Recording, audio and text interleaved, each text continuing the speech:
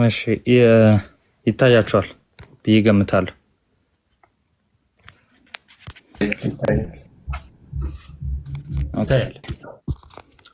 እሺ አክቹሊ እንደዚህ ማድረግ እችላለሁ።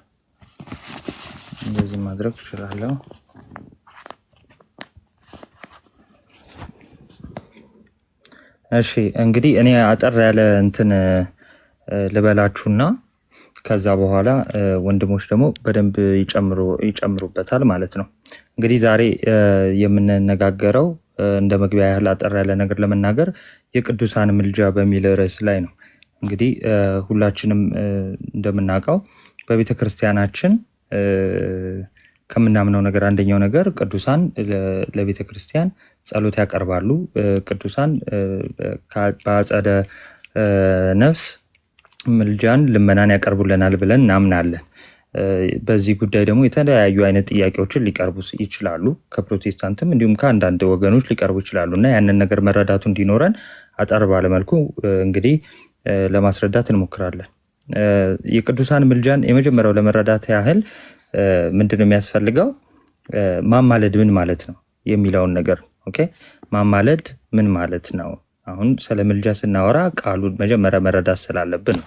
እንግዲህ ማማለድ በግዕዝ ቋንቋው ተንበለ፣ ለመነ፣ አማለደ ከሚለው ግስ የተገኘ ነው ማለት ነው። አንዱ ስለሌላው ለመነ፣ ጸለየ፣ ልመናን አቀረበ፣ ጠየቀ የሚል ትርጉም አለው ከቃሉ ትርጉም ስለነሳ ማለት ነው። ኦኬ።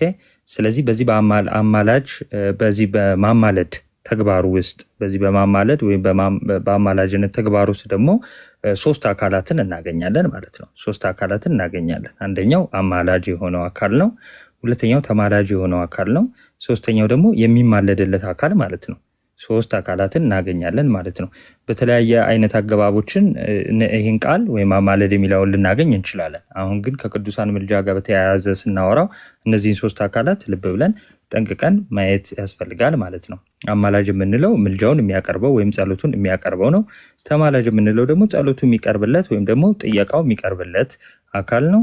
የሚማለድለት አካል ደግሞ ሶስተኛው ወገን አማላጁ ልመና ጸሎት አካል ሶስተኛው ወገን ነው ማለት ነው። ስለዚህ ይህንን ቃሉ ላይ በደንብ ማየት ያስፈልጋል ማለት ነው።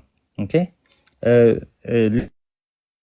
ሌላው ምንድነው? ቅዱሳን ይማልዳሉ በአጸደ ነፍስ እንላለን። ይህንን ትምህርት ይህን እምነት ያላቸው እነማን ናቸው የሚለውን ነገር በደንብ ማየት ያስፈልጋል። በአጭሩ ይህን የሚቀበሉ ጥንታውያን አብያተ ክርስቲያናት ሙሉ ማለት ይቻላል። ለምሳሌ ኦሪየንታል ኦርቶዶክስ፣ እኛ ኦሪየንታል ኦርቶዶክሶች ይቀበላሉ። ኢስተርን ኦርቶዶክስ እነ ግሪክ እነ ራሽያ ኢስተርን ኦርቶዶክስ የምንላቸው ይቀበላሉ። ካቶሊኮች ይቀበላሉ፣ ጥንታውያን ከምንላቸው ማለት ነው። ሞደርን ከምንላቸው ደግሞ ጥንታውያን ያልሆኑ ደግሞ ስናይ በፕሮቴስታንቱን በኩል ስናይ ሉትራንን ጨምሮ አንዳንድ ዲኖሚኔሽኖች ይቀበላሉ። ክላሲካል ፕሮቴስታንቲዝም ውስጥ ያሉ በብዛት ይቀበላሉ ይሄንን ትምህርት ማለት ነው። ቅዱሳን ለቤተክርስቲያን ኢንጀነራል ይጸልያሉ የሚለውን ትምህርት ይቀበላሉ። ከጥንታውያን አብያተ ክርስቲያናት ኦሪየንታልም ኢስተርንም ካቶሊክም ቅዱሳን ለቤተክርስቲያን ይለምናሉ ብቻ ሳይሆን ደግሞ እኛም ደግሞ ጥየቃ እናቀርብላቸዋለን የሚለውን እንቀበላለን። ሉትራን ግን እዚህ ጋር ልብ ማለት ያለብን ሉትራን ሳይዶቹን ስናይ ደግሞ ክላሲካል ፕሮቴስታንቲዝም ወይም ደግሞ ክላሲካል ሉትራን የሚባሉትን ስናይ ደግሞ ከዚህ ጥየቃ አይቀርብላቸውም። ግን ቅዱሳን በአጸደ ነፍስ ሆነው በስጋ ከተለዩን በኋላ ለቤተክርስቲያን ኢንጀነራል ይጸልያሉ ብለው ያምናሉ ማለት ነው፣ መካነ ኢየሱስንም ጨምሮ። ሌላው ምንድነው እንግዲህ ስለኛ ይጸልያሉ የሚለውን ትምህርት በደንብ ለመረዳት ያህል ይህንን ግለሰብ በደንብ ይዩት። ይህ ስለኛ አይጸልዩም ወይም ደግሞ ስለኛ ልመናን አያቀርቡም። በስጋ እያሉ ምናልባት ሊያቀርቡ ይችላሉ። ግን በስጋ ከተለዩ በኋላ ያ ማለት ከሞቱ በኋላ ግን እነዚህ ቅዱሳን ልመናን ጸሎትን ሊያቀርቡ አይችሉም ብሎ የሚያምን ነበረ። ቪጂላንቲየስ የሚባል በ4ኛው መቶ ክፍለ ዘመን የነበረ ነው። በስጋ ከተለዩ በኋላ ልመናን ጸሎትን አያቀርቡም የሚል አይነት አመለካከትን ትምህርትን ይዞ በጊዜው ተነስቶ ነበረ። ወዲያውኑ በዛው ጊዜ እንግዲህ ሴንት ጄሮም አጌንስት ቪጂላንቲየስ ላይ የተናገረው መጽሐፍ አለ። እንዲህ የሚል ምላሽ ሰጥቶታል በጊዜው ማለት ነው። እንግዲህ ሴንት ጄሮም የቤተክርስቲያናችን አባት ነው። ምን አይነት ምላሽ ነው የተሰጠው? እዚህ ጋ ይታያቸዋል ብዬ ገምታለሁ። ቆይ እቺን ወደዚህ ዞር ላድርጋት።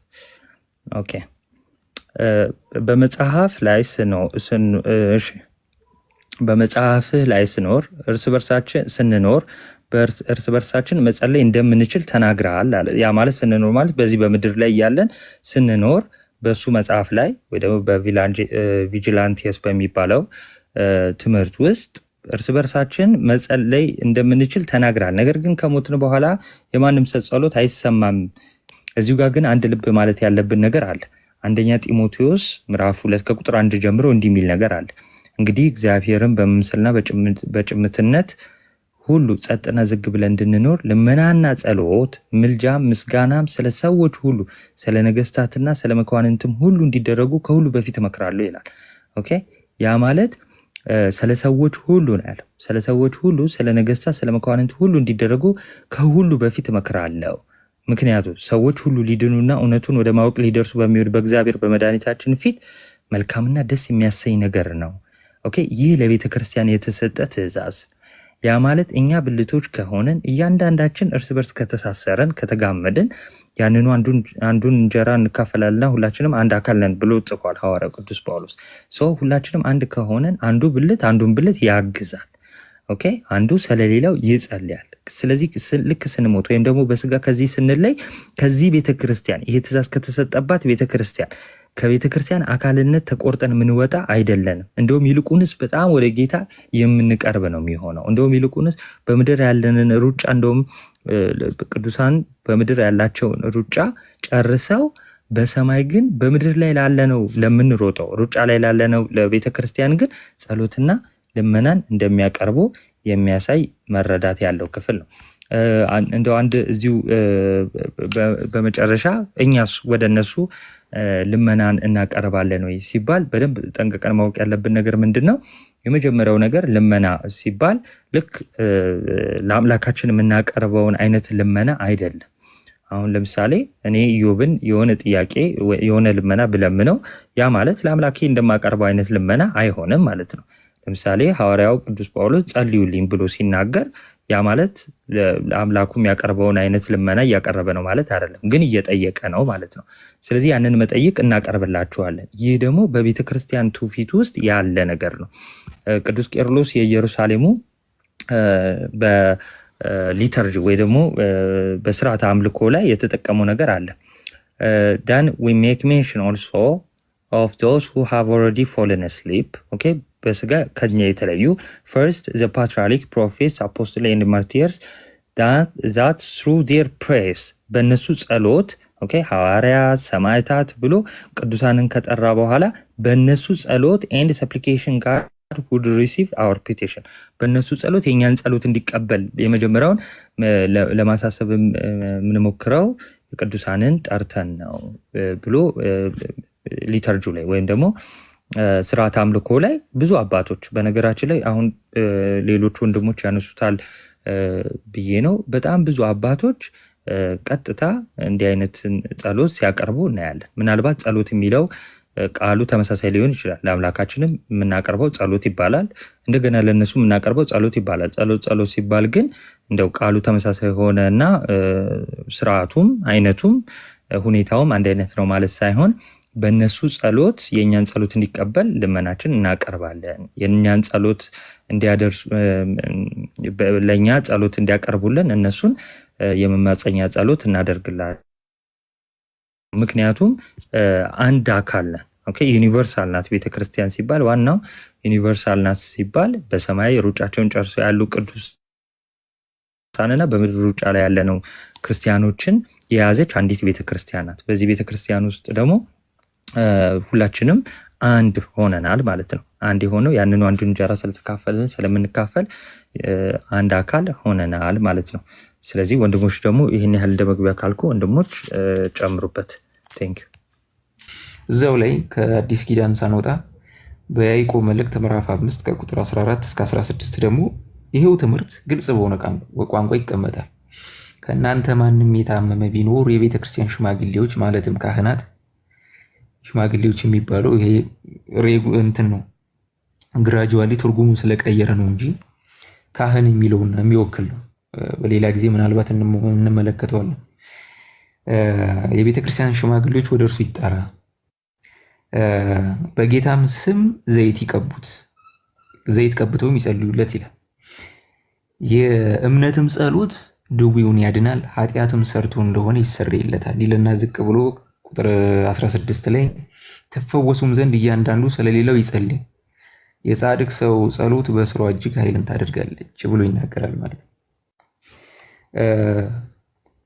እግዚአብሔር እንዴት ቅዱሳን ስለ ሰዎች መጸለይ እንዳለባቸው ራሱም ደግሞ ራሱ ይናገራል። በብሉይ ኪዳን ለምሳሌ ትንቢተ ኤርምያስ ምዕራፍ 15 ቁጥር 1 ላይ እግዚአብሔርም እንዲህ አለኝ፣ ሙሴና ሳሙኤል በፊቴ ቢቆሙ እንኳ ልቤ ወደ እነዚህ ህዝብ ከቶ አይዘነብልም። ቢቆሙ እንኳ የሚለው ሬቶሪክ ኤክስፕሬሽን ነው። እግዚአብሔር ቅዱሳኑ በፊቱ እንዲቆሙ፣ እንዲጸልዩ፣ ስለ ሰዎች እንዲማጸኑ እንደሚፈልግ በተደጋጋሚ በዚህ ጥቅስ መሰረት ተመልክተን አይተናል ማለት ነው። ኢዮብ ላይም ኢዮብን የተቃወሙ ሰዎች ኢዮብ እንዲጸልይላቸው አዟቸዋል። አብርሃምም እንደዚሁ በአብርሃም ታሪክ ላይም እንደዚህ እንመለከታለን ማለት ነው። በመጨረሻ ግን አጌንስት ቪጂላንቲስ ተነስቷል። አንድ በጥንት ቤተክርስቲያን የቅዱሳን በህይወት ካለፉ በኋላ አይጸልዩም ብሎ ምንፍቅናውን የዘራ ሰው ላይ ጀሮም አጌንስት ቪጂላንቲስ የሚል መጽሐፍ ጽፎበታልና እዛ ላይ ያስቀመጠው ሐሳብ ምን የሚል ነው? If apostles and the martyrs while still in the body pray for others, when they ought still to be anxious for themselves, how much more must they do when they have their crown overcome and triumphant? አፖስተሎች ሐዋርያትና ሰማዕታት በስጋ እያሉ የራሳቸው ሸክም በነበረባቸው ሰዓት ላይ ስለ ሰዎች መጸለይ ከቻሉ ሩጫቸውን ከጨረሱ በኋላ እንደምን አብልጦ ይጸልያሉ ብሎ ይናገራል ማለት ነው። ቀጥሎ የማነሳው የቤተ ክርስቲያን አባት ሴንት ሂፖላይተስ የሚባለው ነው። ሁለተኛ ክፍለ ዘመን መጀመሪያ አካባቢ ነበረ አባት። በትንቢተ ዳንኤል ትርጓሜው ላይ ኮመንተሪ ኦን ዳንኤል ቡክ 2 ቻፕተር 30 ቁጥር 1 አካባቢ ላይ ያው ሰለስቱን ሕፃናት ታስታውሳላችሁ፣ እነሱ ላይ ኮመንት ሲያደርግ እንዲህ የሚል ቃል አስቀምጦ ነበር። You three youths, remember me. I entreat you that I also may obtain the same lot of martyrdom with you. እናንተ ሶስት ወጣቶች አስቡኝ፣ እኔ ደግሞ ከናንተ ጋር የሰማዕትነትን ዕጣ ፈንታ እንድወስድ እለምናችኋለሁ ብሎ ይናገራል ማለት ነው። ሰው የቅዱሳን ምልጃ ከዚህ አንፃር የሚታይ ነው። ጥቂት ነገር ልናገር ብዬ ነው። እግዚአብሔር ይስጥልኝ። ቃለ ሕይወት ያሰማልን። አቡሻ እግዚአብሔር ይስጥልን፣ ጸጋውን ያብዛልን። ሙሴ ግን ምን ብለው ይለምናል? እንዲህ ይላል፣ አሁንም ቁጣዬ እንዲቃጠልባቸው እንዳጠፋቸውም ተወኝ ይላል እግዚአብሔር፣ አንተንም ለታላቅ ሕዝብ አደርግሃለሁ አለው። ሙሴን እንዲሁ በከንቱ ሊተወው አልወደደም። ነገር ግን በታላቅ ሕዝብ ሾመሃለሁ አንተ፣ ይህን ሕዝብ ግን ላጥፋው ተወኝ ይላል። እንደው ተወኝ የሚለው እንዲለምን መገፋፋት መምራት ነው ብሎ ይተረጎማል እንጂ እንደው ሙሴ ተው እንደዛ ምናምን ብለው ይዞት አይደለም። እንዳጠፋቸው ተወኝ ማለት እንዳላጠፋቸው ለምን ማለት ነው። ስለዚህ እንዲለምን ራሱ መንገድ የሚከፍተው እግዚአብሔር አምላክ። አሁን ብዙ ጊዜ ፕሮቴስታንት ወንድም እህቶቻችን ሚስ የሚያደርጉት የሆነ ከራሳቸው ተነስተው በሰማያት የሚያውቁ ከራሳቸው ተነስተው የሚለምኑ ይመስላል። ሲጀመር ስለዛ ነገር የሚገልጽላቸው እግዚአብሔር ራሱ ስለሆነ እንዲለምኑት ምሕረት እንዲጠይቁ ስለሚያስፈልግ ማለት። ስለዚህ ምን አለ? እንዳጠፋቸው ተወኝ ሲለው ሙሴ በእግዚአብሔር በአምላኩ ፊት ጸለየ ይላል። ነው በአምላኩ በእግዚአብሔር ፊት ጸለየ አለ። አቤቱ ቁጣህ በታላቅ ኃይልና በጽኑ እጅ ከግብጽ ምድር ባወጣው ሕዝብ ላይ ስለምን ተቃጠለ? ኦኬ ግብፃውያንስ በተራራ መካከል ሊገላቸው ከምድርም ፊት ሊያጠፋቸው ለክፋት አወጣቸው ብለው ስለምን ይናገራሉ? ከመዓትህ ተመለስ ለሕዝብም በክፋታቸው ላይ ራራ አለ። ምን ብሎ እንደሚለምን ተመልከት። ዘራችሁንም እንደ ሰማይ ከዋክብት አበዛለሁ፣ ይህችንም የተናገርኳትን ምድር ሁሉ ለዘራችሁ እሰጣለሁ፣ ለዘላለምም ይወርሷታል ብለህ በራስህ የማልህላቸው የባሪያዎችን አብርሃምንና ይስሐቅን እስራኤልንም አስብ አለ። ወልደን አያችሁ፣ ቃል ኪዳን ሰጥቷቸው ነበረ ለነዚህ ቅዱሳን። ለማን? ለአብርሃም፣ ለይስሐቅ፣ ለያዕቆብ። እነዚህ ፓትሪያርክስ የሚባሉት ወይም ደግሞ ርዕሰ አበው የሚባሉት ማለት አባቶች ቃል ኪዳን ገብቶላቸዋል እግዚአብሔር ህዝቡን ወደ ቅድስቱ ምድር ወደ ከነዓን እንደሚያገባት ማለት። ስለዚህ ያንን የገባላቸው ቃል ኪዳን ምን በል ይለዋል? አስብ፣ እነሱን አስበ አታጥፋቸው ይላል። ዘንድ እግዚአብሔርም በህዝቡ ላይ ሊያደርግ ስላሰበው ክፋት ራራ። በጣም የሚገርም ነው። ስለዚህ እኛ ቅዱሳንን እንዲህ አድርጉ በእነሱ ስም ለእነሱ የሰጣቸውን ቃል ኪዳን አስበ ይቅር በለን ስንል መጽሐፍ ቅዱሳዊ መሰረት ያለው ነው። ልክ እንዲህ ሲል ደግሞ ምን አለ? እግዚአብሔር ሊያደርግ ከነበረው ክፋት ሊያመጣ ክፋት የተባለው ሊያመጣ ከነበረው መዓት ማለት እዚህ ራራ ይላል። እዛው ትንቢተ ኤርሚያስ ምዕራፍ 15 ከቁጥር 1 ላይ እስቲል አሁን በስጋ ከተለዩ በኋላ ጸሎት እንደሚያደርጉ ይኸው ወደ አለማወቅ ወደ መጥፋት አይደለም የሚሄዱት። ከስጋ ከተለዩ በኋላ ጸሎት እንደሚያደርጉ እዛ ትንቢተ ኤርሚያስ ምዕራፍ 15 ከቁጥር 1 ላይ እግዚአብሔርም እንደዚህ አለኝ፣ ሙሴንና ሳሙኤል በፊቴ ቢቆሙ ምን አለ? ልቤ ወደዚህ ህዝብ አይዘነብልም፣ ከፊቴ ጣላቸው ይውጡ አለ። ምንም እነዚህ ህዝቦች በጣም ስለበደሉ ሙሴም ይቁም በፊቴ ይቁም፣ ለምልጃ ይቁም፣ ሳሙኤልም በፊቴ ይቁም፣ ቢቆም እንኳን እነዚህን ሰዎች አልምራቸውም ይላል። ይህ አሁን የማይቆሙ ስለሆነ አይደለም፣ ይቆማሉ ስቲል፣ ግን እነሱ ቢቆሙ እንኳን ምን አልላቸውም ነው ይቅር አልላቸውም ብሎ ሙሴና ሳሙኤል ከተለዩ በኋላ ቢቆሙ እንኳን አልምራቸውም ብሎ እግዚአብሔር ሲናገር እንመለከታለን። መዝሙረኛው ቅዱስ ዳዊት የሙሴ ስለ እስራኤላውያን መቆም ሲናገር በመዝሙር 106 ከቁጥር 23 ላይ እንዳያጠፋቸው ቁጣውንም ይመልስ ዘንድ የተመረጠው ሙሴ በመቅሰፍት ጊዜ በፊቱ ባይቆም ኖሮ ያጠፋቸው ዘንድ ተናገረ። እዚህ እሱ ባይቆምላቸው ኖሮ ለእስራኤላውያን እግዚአብሔር አምላክ ያጠፋቸው ነበር። በሱ ልመና ምልጃ ግን ምን አለ? ይቅር እንደሚል። ይሄንን ቅዱስ ወደ ሐዲስ ኪዳን ስናመጣው ቅዱስ ጳውሎስ ቅድም ወንድማችን አቡሽም ሲገልጸው ነበረ። ይሄንን እግዚአብሔር ፈጽሞ የሚጠላው ነገር አይደለም።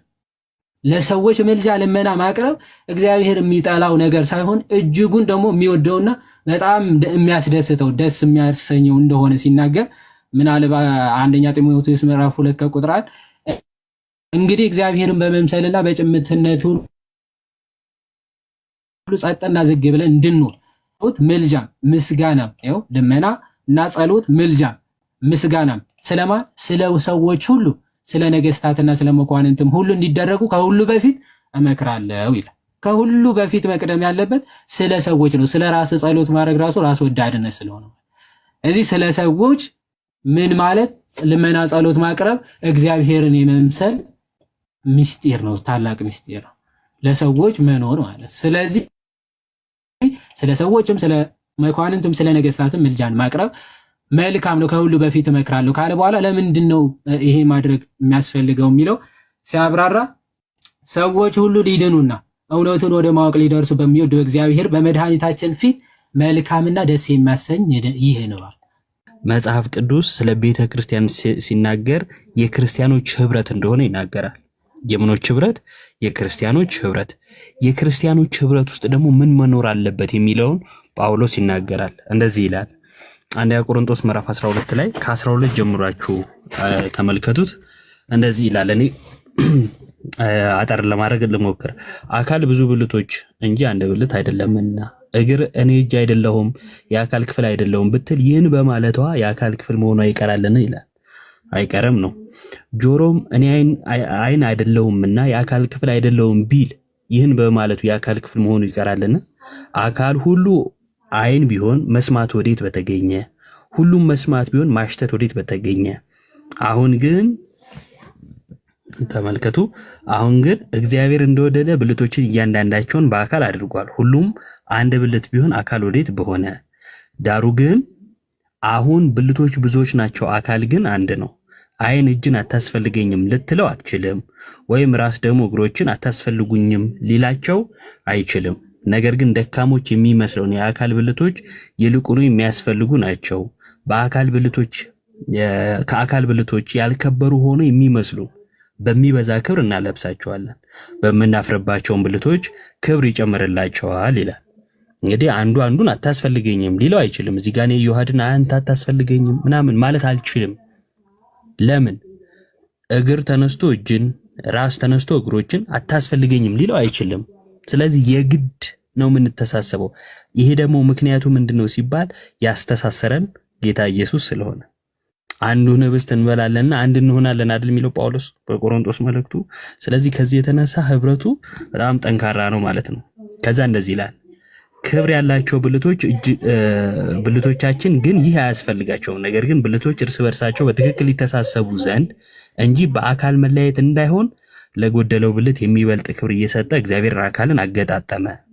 አንድም ብልት ቢሰቃይ ብልቶች ሁሉ ከእርሱ ጋር ይሰቃያሉ። አንድም ብልት ቢከብር ብልቶች ሁሉ ከእርሱ ጋር ደስ ይላቸዋል ይላል።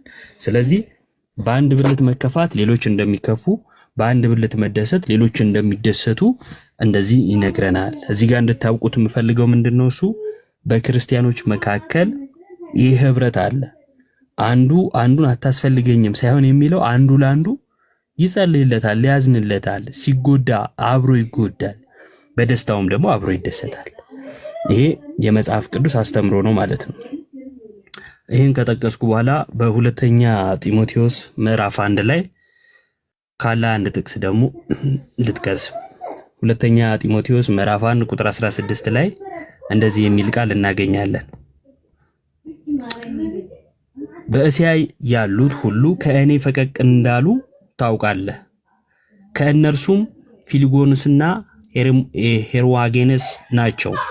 ጌታ ለሄኒፎሩ ቤተሰቦች ምሕረትን ይስጥ፣ ብዙ ጊዜ አሳርፎኛልና በሰንሰለቴም አላፈረበትም። ነገር ግን በሮሜ ባደረ ጊዜ ፈልጎ አገኘኝ። በዚያን ቀን ከጌታ ምሕረትን እንዲያገኝ ጌታ ይስጠው። በኤፌሶንም እንዲህ እንዳገለገለኝ አንተ በደህና ታውቃለህ ይላል። ስለዚህ ጳውሎስ በዚህ ክፍል ላይ ምን ብሎ ይናገራል? ለሄኒፎሩ ቤተሰብ በዚያን ቀን ከጌታ ምሕረትን እንዲያገኝ ጌታ ይስጠው ይላል። ያ ቀን የተባለው ምጽአት ነው፣ በጌታ ምጽአት ጊዜ ማለት ነው። በዚያን ቀን ምን ያገኛለ? ምሕረትን ያገኝ።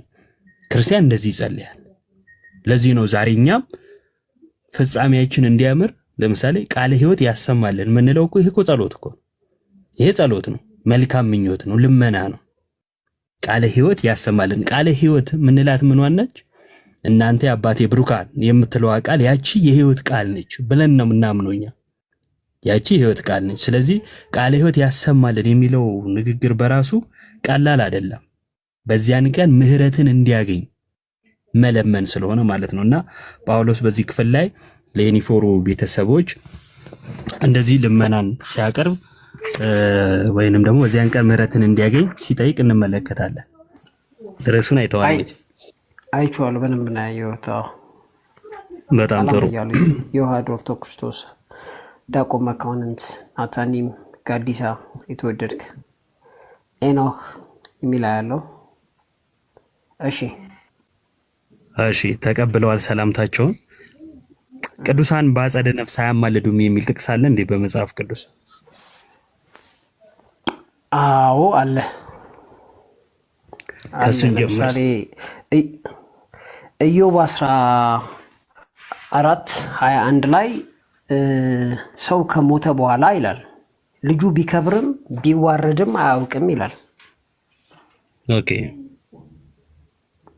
ስለዚህ ሰው ደግሞ ቅዱሳኖች ደግሞ ሰዎች ናቸው። ኢዮብ 14:21 ላይ 14:21 ሰው ቢከብርም አያውቅም ቢዋረድም ልጁ ቢከብር እንዳውም ልጁ ቢከብርም ነው የሚለው። ልጁ ቢከብርም አያውቅም፣ ልጁ ቢዋረድም አያውቅም ነው የሚለው። 14:21 ቃል በቃል አልጠቀስኩትም። እሺ።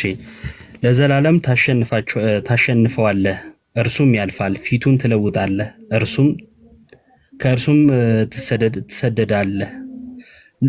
ልጆቹ ቢከብሩ አያውቅም፣ ቢዋረዱም አያይም። ነገር ግን የገዛ ሥጋው ሕመም ብቻ ይሰማዋል፣ ለራሱ ብቻ ያለቅሳል ይላል። ያ ስለዚህ የሞተ ራሱ ማን እንደሆነ ይህን ያስታውቃል። አያውቅም የተባለው ማለት የሞተ ሰው ማለት ነው። ስፔሲፊካሊ ጻድቅም ይሁን ኃጢአተኛ ብሎ አልለየም። ሰው በአጠቃላይ መጨረሻ ይሸነፋል፣ ይሞታል። ከዛ በኋላ የራሱን ህመም ብቻ ነው የሚያዳምጠው እንጂ አያውቅም። ልጆቹ ቢከብሩ አያውቅም፣ ቢዋረዱ አያውቅም ይላል። ስለዚህ በምድር የሚደረገውን አያውቅም። ኦኬ አያውቅም ይላል። ያው አነበብኳል። አብርሃም ስለ ሙሴ እንዴት አወቀ? አብርሃም ስለ ሙሴ ማወቁን ስናይ ምሳሌያዊ ነው ብለን ነው የምንረዳው። በመጽሐፍ ቅዱስ ላይ ስም የተጠቀሰበት ምሳሌ አለ? አሁን እንደዛ ብዬ መመለስ ባልችልም አብርሃም ግን ምሳሌ ነው የተሰራበት። ምክንያቱም ታሪኩን ዝም ብለህ ስታይ ምሳሌ መሆኑን የሚያሳዩ ነጥቦች አሉ፣ መጥቀስ ይቻላል። ለምሳሌ በገነትና በሲኦል መካከል ጉድጓድ ማነው ገደል አይደለም ያለው፣ ታውቃለህ? ምንድን ነው ያለው? ገደል አለ ይላል። ምንድን ነው ያለው? ገደል አለ ተብሎ አሁን እሱን እሱ ሊትራል ነው ካልክ ገደል የሚሆንም በመካከላቸው ገደል እንዳልሆነ ታውቃለህ አልከኝ። ምንድን ነው ያለው? የተለያየ እንደሆነ ነው እንጂ ሌላ ቦታ ላይ የተጻፈው በገደል ይለያያሉ። በመካከል ያለው ሌላ ነገር ነው የሚል የመጽሐፍ ቅዱስ ጥቅስ ካለ ንገረኝና እንየው። ጥቅስ የለም። ታዲያ ሌላ ነገር ሁለተኛ አንጻር ነው። በአጠቃላይ ያወራሉ እኮ ራሱ ሲኦልና ገነት ያሉ ሰዎች ያወራሉ የሚል ትምህርት ልናወጣ ነው። ይሄን አውቃል ግን? አዎ ይሄው የተጻፈ አለ። ለምሳሌ አይ አይደለም የሚል ካለ ደግሞ ታመጣና ይሄኛውን ስተት ታደርግብኛለህ ማለት ነው አለ። ኦኬ እንደዛ ከሆነ ሌሎቹም ጥቅሶቹን በሙሉ እናያቸው። እንግዲህ አሁን ያቀረብኳቸው አንደኛ ገደል እንደሆነ ማስረጃ የለም። ሁለተኛ እርስ በራስ እንደሚያወሩ በአንተም ሳይድ ማስረጃ የለም። ሌላም ቦታ አልተጠቀሰም። የተጠቀሰው ጥቅስ ምንድን ነው እኮ? እዚህ ጋር ብቻ ነው የተጠቀሰው ነው ያልኩ ያለሁት። ታዲያ ይሄን አትቀበልም? አልጨረስኩም እኮ። ሰው ከሞተ በኋላ ለምሳሌ ምግብ ይበላል? ሰው ከሞተ በኋላ አይበላም። ውሃም አይጠጣም አይደለም? አዎ። ይሄ ሰው ግን በስጋ ሞቷል፣ በነፍስ ነው ያለው። ውሃ ጠማኝ ውሃ ጠጡኝ ሲል እናያለን። እና የሞተ ሰው ውሃ ጠጡኝ ሲል ነፍስ ውሃ ጠማኝ ነው የሚለው። ውሃ ጠማኝ ነው የሚለው። ያው ቃል በቃል እናንብበው። በሉቃስ 16 እንደዚህ ይላል። አብርሃም ሆይ ማረኝ፣ በዚህ ነበልባል እሰቃያለሁና የጣቱን ጫፍ በውሃ ነክሮ ምላሴ ላይ እንዲያበርድልኝ አልዓዛርን ስደድልኝ አለው። ስለዚህ እዚህ ጋር ውሃ እንደጠማውና ውሃ ጠማኝ አብርሃም ሆይ ላንብብልህ። አብርሃም አባት ሆይ ይላል ማረኝ አለው። ከዛስ በዚህ ነበልባል እሰቃያለሁና የጣቱን ጫፍ ጣት ጭምራለሁ ማለት ነው። በሲኦል ጣት የለም ታውቃለህ። ስጋ ወረድ እዚህ በስብሷል። ውሃ ነክሮ ይላል። ውሃም የለም ታውቃለህ። ምላሴ ላይ ያድርስ፣ ምላስም የለም። እንዲያበርድልኝ አልዓዛርን ስደድልኝ አለ። ስለዚህ ምንን ያመለክታል? ይሄ ምንን ያመለክታል? ወደ ምሳሌው መጣልኝ ማለት ነው። አብርሃም ሙሴና ነቢያት አሉ እነርሱን ይስሙ የሚለው የምን ምሳሌ ነው?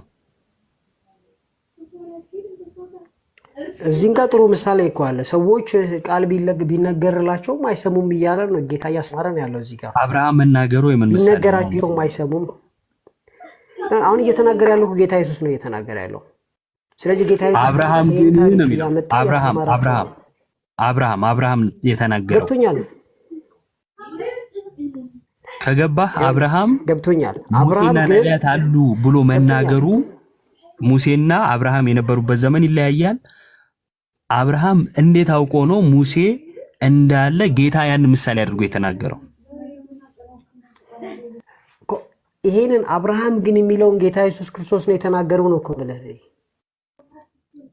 አብርሃም ግን ተናገረ ብሎ የተናገረውማ ኢየሱስ ነው። አብርሃም ግን ተናጋሪ መሆኑን ትመለከታለህ። ሙሉ ቃሉን የነገራቸው ጌታ ኢየሱስ ነው። እሱ አይደለም ጥያቄያችን። ከላይ ያ ባለጸጋ ተናገረ ለወንድሞቹ እንዲመሰከርላቸው ወደዚህ ስቃይ እንዳይመጡ። ለዛ ባለጸጋ ምላሽ ደግሞ አብርሃም ሰጠ ብሎ ጌታ ነገረ። አብርሃም ምን አለ?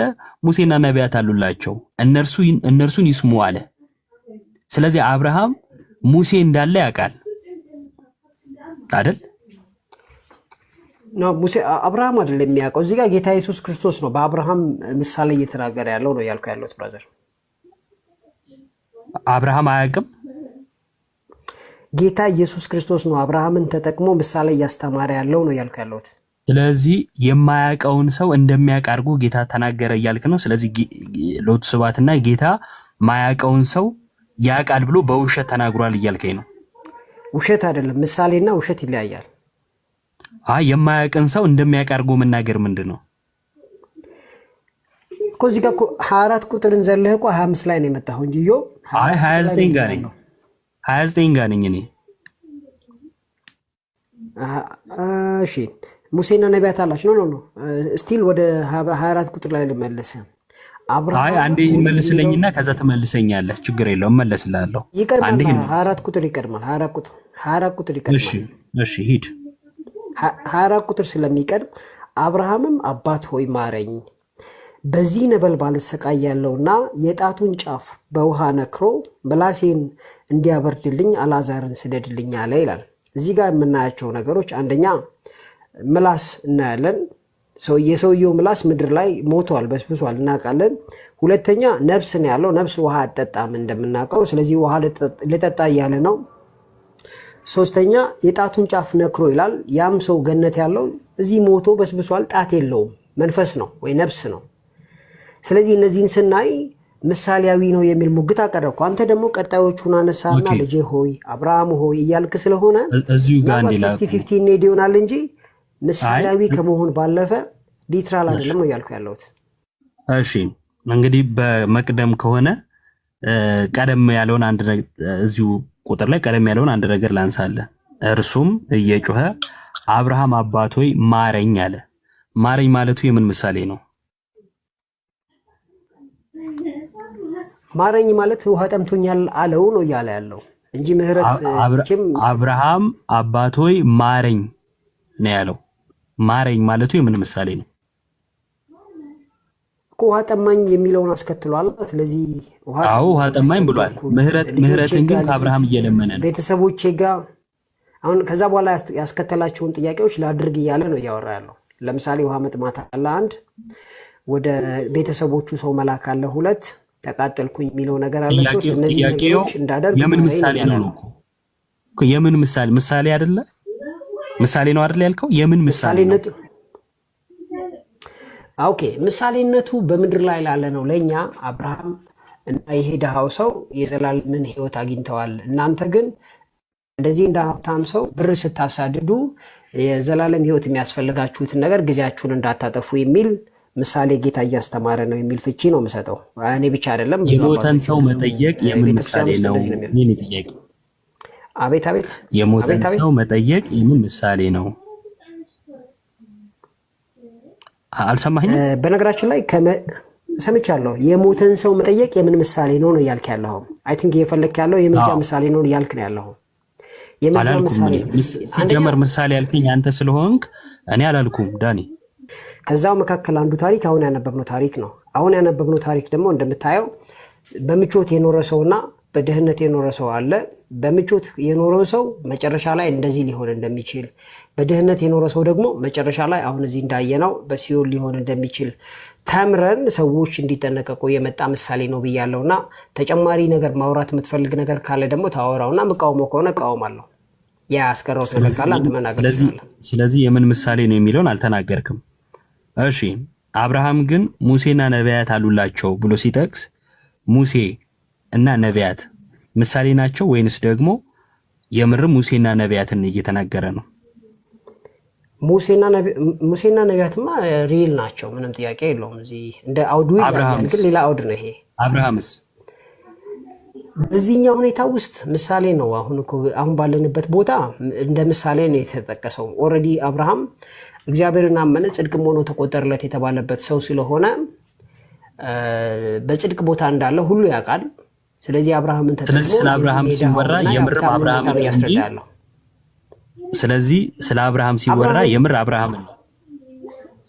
ያ ጎበዝ። ሙሴና ነቢያትስ ምንድናቸው? የምር ናቸው ወይንስ ዝም ብሎ ምሳሌ ነው? እነሱን አይደለም ስለ አይ እነሱም ሪል ነው የምር ነው እነሱ ነው አልከኝ አይደለ?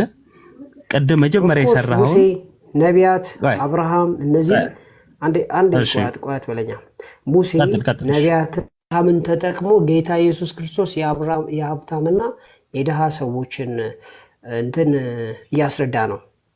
ባይ ዘ ዌይ ሂፖሊተስ ኦፍ ሮም በዚህ ጉዳይ ላይ የጻፈውን ላንብብላችሁ። ሂፖሊተስ ኦፍ ሮም ቆይ ታነባለህ። ቆይ አሁን ተመልከቱ። በነገራችን ላይ ቅድም አንድ ክፍል ላይ አንዱን ምሳሌ ነው አንዱን አማናዊ ነው ማለት አትችልም ብለህ ነበረ። አንተው ግን ይኸው ምሳሌ ነው ብለህ የጠቀስከው መካከል አማናዊ ናቸው ብለህ ሙሴና ነቢያትን እንዲሁም አብርሃምን ገልጸሃል። ቅድም የሄድክበት አካሄድን ራስ አፈረስከው ማለት ነው። አብርሃም ግን ሙሴና ነቢያት አሉላቸው ብሎ ሲናገር ጌታ ይሄንን ነገር የሚናገረው አብርሃም እንደማያውቅ እያወቀ አዋቂ አድርጎት ነው ወይንስ የምርም አብርሃም ሙሴና ነቢያት እንዳሉ ያውቃል? እንግዲህ ጥያቄን ሙሴና ነቢያት እንዳሉ ግልጽ ነው ጥያቄ። ከዚህ በፊትም እኮ አውርተናል። በዘር አብርሃም ከአብርሃም በኋላ ዮሴፍ መጥቶ ዮሴፍ ሄደው ከዛ ሙሴ ከ400 ዓመት በኋላ ነው የወጣው። ስለዚህ የጄኔሬሽን ራሱ ለውጥ አለው። ቢያንስ አይ ዶንት ኖ ምናልባት ከ400 ዓመት በላይ ጋፕ አላቸው። ስለዚህ አብርሃም ሙሴ ሊያውቅ አይችልም። እዚህ ላይ ግን ጌታ ኢየሱስ ክርስቶስ ሁለቱንም ስለሚያውቅ የሀብታሙንና የድሃውን ታሪክ ተጠቅሞ ነው እያስረዳ ያለው ነው ያልኩ ያለሁት። ስለዚህ ጌታ ሲያስረዳ በአንተው አነጋገር መሰረት የማያውቀውን ሰው እንደሚያውቅ አድርጎ አስረዳ ማለት ነው። ኦኬ፣ እንደዛ መጠቀም ትችላለህ፣ ግን ዋናው ቁም ነገር ስተት አይሆንም። አዳይንዶ ዘደይ አብርሃም እንዲሆነ ሙሴ እንዲሆነ ብሎ ቢያስረዳ ስተት አይደለም። ስለዚህ ጌታ ሎት ስባትና ማያውቀውን ሰው በውሸት የሚያውቅ አስመስሎ ሰዎችን አታለለ ማለት ነው። ኖት ኤግዛክትሊ እኔ እንደዛ አላልኩም። አንተን እያጣመምክ ያለኸው ግን አይ ነው ሲኦል ያለ ሰው እንዴት ውሃ ጠጣ ቢሆን ቃል በቃል እንዲህ አልክ አላልኩም። ሲኦል ያለ ሰው እንዴት ውሃ ጠጣ ቢሆን አልመለስክልኝም። 24 ቁጥር ላይ ርዕሱ እሱ ስላልሆነ ችግር የለውም። እሱን መልሼልሃለሁ፣ ደግሜ መልስልሃለሁ። ቆይ አንዴ መልሼልሃለሁ፣ ደግሜ መልስልሃለሁ። እሺ መልሼልሃለሁ፣ ደግሜ መልስልሃለሁ። አሁን ግን ያነሳሁት ሐሳብ አዳምጥ። አሁን ያነሳሁት ሐሳብ ስትመልሰው አልሰማሁም። በቃ እሺ አንዴ እሺ ካልሰማህ ደግምልሃለሁ። ተመልከቱ። አብርሃም አብርሃም ነው አለን። ሙሴና ነቢያት የምር ሙሴና ነቢያት ናቸው? አዎ። በአብርሃምና በሙሴ መካከል ከ400 ዓመት በላይ የዘመን ልዩነት አለ። እሺ ኢየሱስ ነው ሁለቱን እንደ ምሳሌነት ተጠቅሞ የተናገረው አለ። ትክክል። ሙሴ ማነው? ጌታ ኢየሱስ ይሄንን ታሪክ ነግሮናል። ይሄን ታሪክ ሲነግር ግን የሌለን አብርሃም ብሎ አይደለም። የሌሉ ሙሴና ነቢያትን የሌሉ አድርጎ አይደለም። ሙሉ ታሪኩ እውነት ነው። በውሸት ላይ አይደለም ጌታ ስም የጠራው የምር ስለሆነ ነው። እና ሂፖሊተስ ኦፍ ሮም ያለውን ደግሞ አስረዳለሁ። ማን ነው እናገራለሁ የሆነ ነገር ከመለስክ በኋላ። ኦኬ በዚህ እሺ ቀጥል። አይ አንድ ነገር ዳኒ እንደው እኔ አሁን ታሪኩ እንዳለው ነው። ከቅድሙ ምሳሌ እያለ ነበርና አንድ አባት ልጠቅስልኝ ትችላለህ ዳኒ? ይሄ ክፍል ምሳሌ ነው ብሎ የፈታበት አንድ አባት ይሄን መልስ ጋዲ ወደ አባት ከመሄዳችን በፊት አንዴ እዚሁ ክፍል ላይ አንዴ የተናገረው እቺን ብቻ እንትና ሂፖሊተስ ኦፍ ሮም እንደዚህ ብሏል። ሂፖሊተስ ኦፍ ሮም እንደዚህ ዳኒ ወደ አባቶች እንመጣለን። ወደ አባቶች ከመሄዳችን በፊት ዮሐዴ ትቀጥላለህ። አሁን ምን ብሎ ነበረ ሰምታችሁት ከሆነ ነበልባል እሳት የሚለው ጋር ችግር የለውም እሳት ችግር የለውም ማለትና ጣቱ ግን እንዴት ይኖራል አለ። ኦኬ በሲኦል እሳት አለ ነበልባል እሳት ዳኒ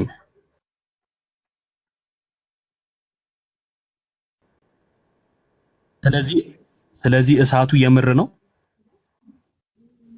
እሳቱ የማይጠፋበት ተብሎ ቁስ አካል እሳት አለ። ቁስ አካል እሳት አለ ወይ? ኖ አይ ፊዚካል አይደለም። እኛ የምናውቀው እሱ እዚህ ጋር እኮ ውሃ እንዳለ እዚህም ጋር ውሃ እንዳለ እኮ ተናግሯል። ቅድም ግን ውሃ የለም ብለህ ነበረ።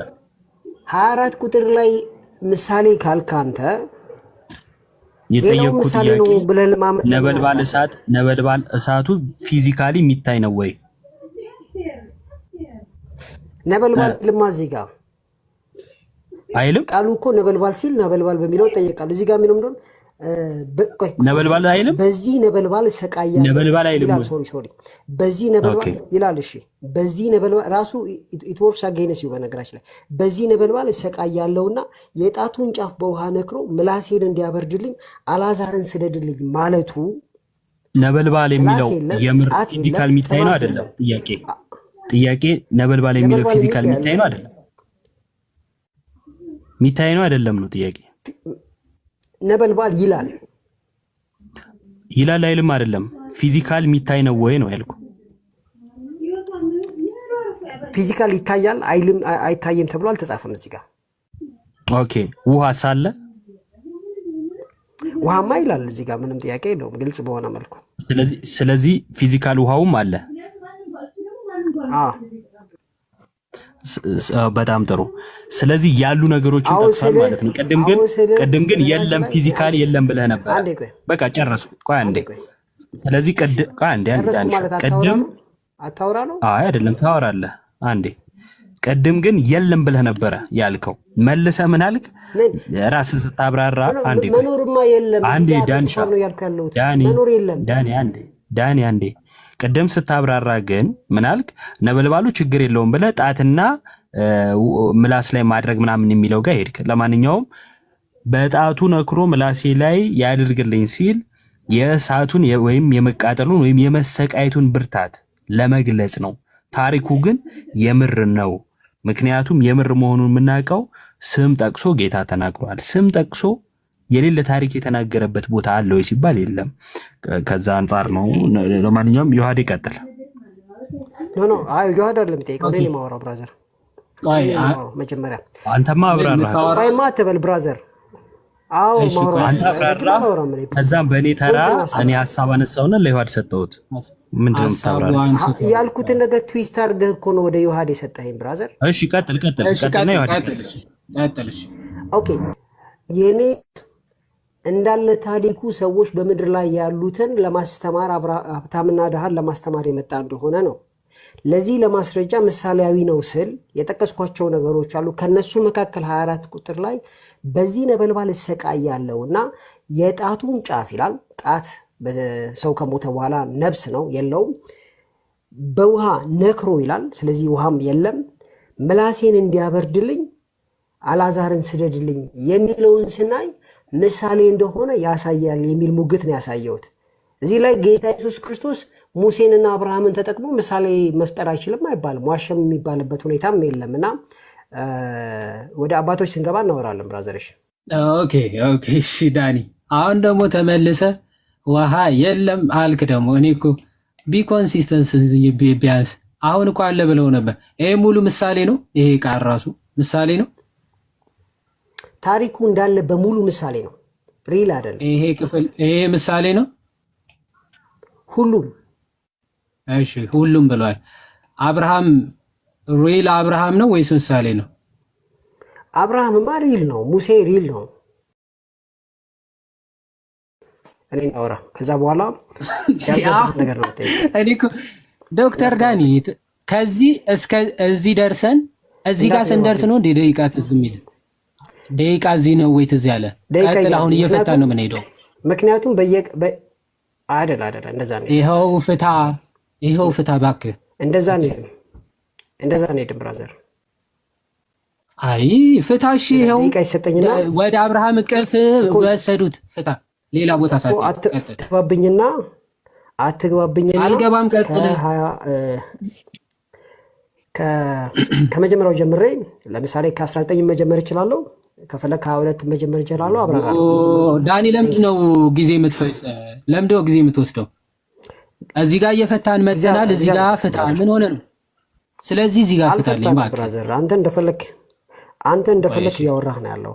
እንደዚህ አይነት ይሄንን ፈታዋል። እንደዚህ አይነት ይሄን አንብበነዋል። ይሄን አንብበነዋል። የለም እንደዚህ አይነት አካሄድ የለም ብራዘር። ወንድም ይሄን አንብበነዋል ወይ? እኔ አብራራለሁ ወይ ለምንድን ጭቅጭቅ የምታደርገው ዳኒ? አንብበነዋል። ይሄስ አንብበነዋል። ችግር የለውም። ለማንኛውም እንደዛ አይደለም ያለው ዳኒ። አንብበነዋል ወይስ አላነበብነው? በደቂቃ አብራራለሁ። አንብበነዋል፣ ግን እኔ በደቂቃ ነው ማብራራው። ደቂቃ አንሰጥም። ባይዘው እስካሁን በደቂቃ አይደለም ያወራው። ወይ ትወርዳለህ። ባይዘው መውረድ ከፈለክ መውረድ ትችላለህ። ምንም ደቂቃ አይሰጥም። ቀጥል። ይሄን አብራራ። የፈለከውን ሰዓት ውሰድ። ይሄን አብራራ። ሄድ፣ ውረድ። ሰላማችሁ ይወጣው ውጣ። መቼም ልትመልሰው ስለማትችል ማለት ኦኬ። አሁን እየለመንን ምናምን እንትን አንልም። ኦኬ ሄኖክ እንዴት ነህ? እንዴት አረፈዳችሁ? እግዚአብሔር ይመስገን። እንዴት ሰላም ነው? ይሰማል። ከየት ቤተ እምነት ነኝ ነው? ከፕሮቴስታንት መሰረተ ክርስቶስ ይባላል ዴኖሚኔሽናችን። ጥሩ መሰረተ ክርስቶስ። ይሄንን ምሳሌ ነው ወይስ ደግሞ የምር የተከናወነ ነገር ነው ብለህ ነው የምታምነው? ያው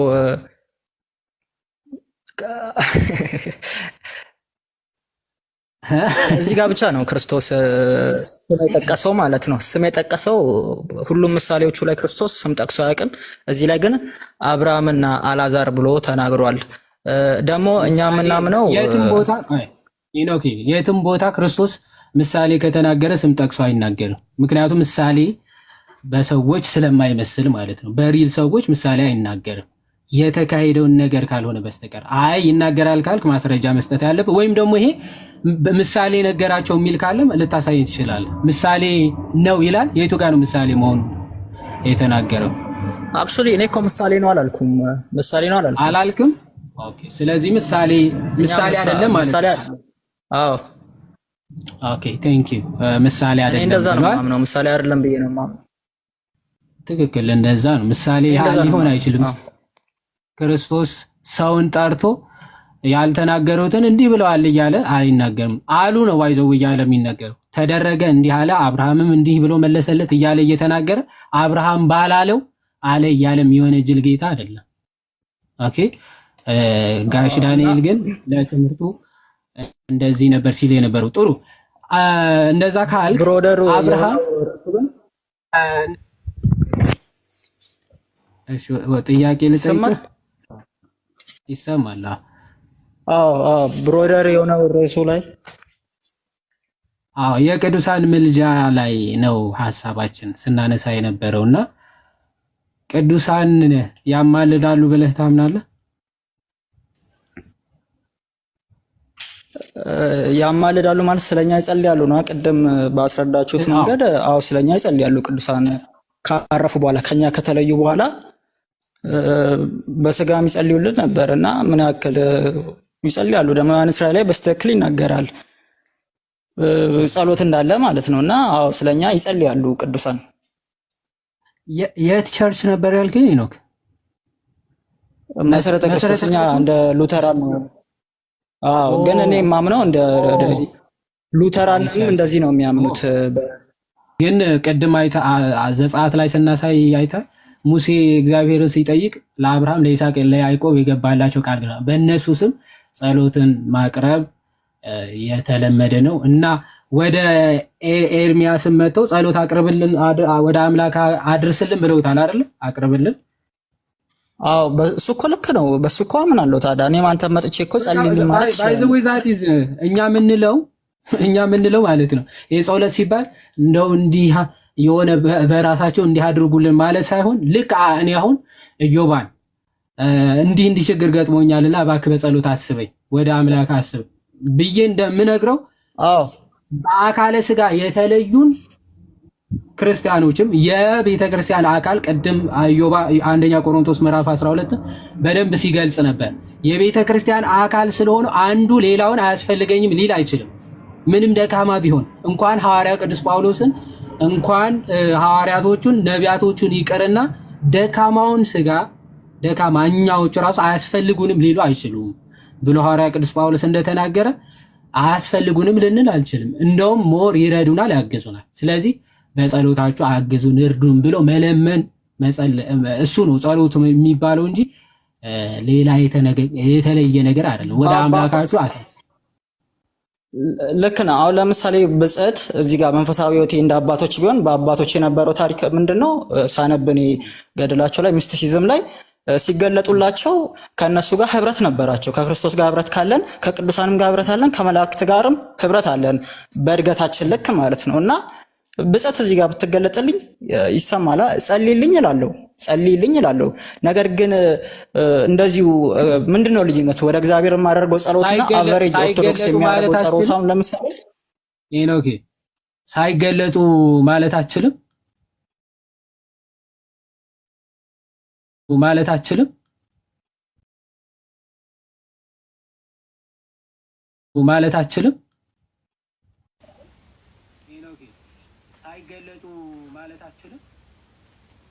ምን ብለህ ነው ጸሎት ብታረገው?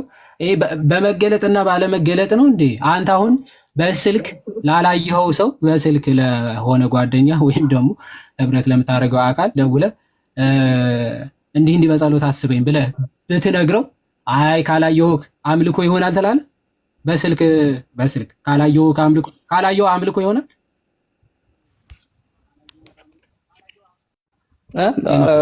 ስልክ የሆነ ሰው ሃይማኖታዊ ስርዓት በስልክ እንዴት አሁን የሆነ ወንድም ወይም ደግሞ እንደዚህ በቸርች ህብረት የምታደርገው ሰው በስልክ እያወራ እንዲህ አይነት ድካም ገጥሞኛልና በጸሎት አስበኝ ብትለው አምልኮ ይሆናል? ስላላየኸው ማለት ነው። አምልኮ ነው። እየተነጋገርኩ ነው ከሱ ጋር። አይ ነው ቅድም ካልተገለጡ ነበር ያልከው። አሁን በንግግር እኮ ስለዚህ ከድምጻቸው ነው ጉዳይ ማለት ድምጻቸው ማለት በነፍሴ እኮ ከተገለጡ ኖ ነፍስህ አይደለም ድምጽ ነው። ድምጻቸው ነው መስማት ያልከኝ ማለት ነው። በስልክ እኮ ሳወራውን ከወንድሜ ጋር ከአንተ ጋር በስልክ እያወራን ነው እየተነጋገርን አይተኛል እንጂ እየጸለይክ አይደለም። እየጸለይክ አይደለም። መነጋገር ማለት ጸሎት ማለት ባይዘው ንግግር ማለትም ነው። ልመና ማለት ነው። መጠየቅ ማለት ነው። መጠየቅ ማለት ነው። አዎ ግን በመጽሐፍ ቅዱስ ምናየው ኮኔክሽን ትንሽ እያስቸገረኝ ነው። በመጽሐፍ ቅዱስ የምናየው ጸሎት ከ500 በላይ ጸሎታች አለው። ሁሉም የተደረገው ወደ እግዚአብሔር ነው። ክርስቶስም ሲያስተምረን አባታችን ወይ በሰማይ የምትኖር ነው እንጂ ያለው ወደ ቅዱሳን ጸልዩ፣ ወደ መላእክት ህብረት አድርጉ ነው እንጂ ህብረት ማድረግ እንችላለን።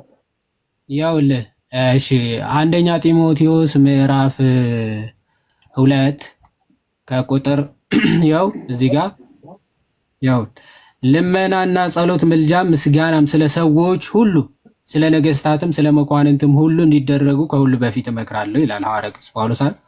ምን ልመና፣ ጸሎት፣ ምልጃም ስለ ሰዎች ሁሉ ማቅረብ እንደሚገባ ሐዋርያ ቅዱስ ጳውሎስ ይናገራል አይደል? ስለዚህ አሁን ልመናን፣ ጸሎትን፣ ምልጃም ስለ ሰዎች ማቅረብ በእግዚአብሔር ዘንድ የተወደደና ደስ የሚያሰኝ ነገር ነው። ዋናው ነገር ወደ እግዚአብሔር ቅዱሳን እንደሚጸልዩ ነው። እኛም እኮ እኔ የሆነ ነገር ከሆንኩ ራሴ ከምጸልይ ከኔ የተሻለ ሰው ቤተክርስቲያን ሄጄ ምናምን እንዲጸልይልኝ እፈልጋለሁ። እንስማማለን። ከሞራው እናንተ እያወራችሁ ያላችሁበት ፐርሰንቱ እንስማማለን።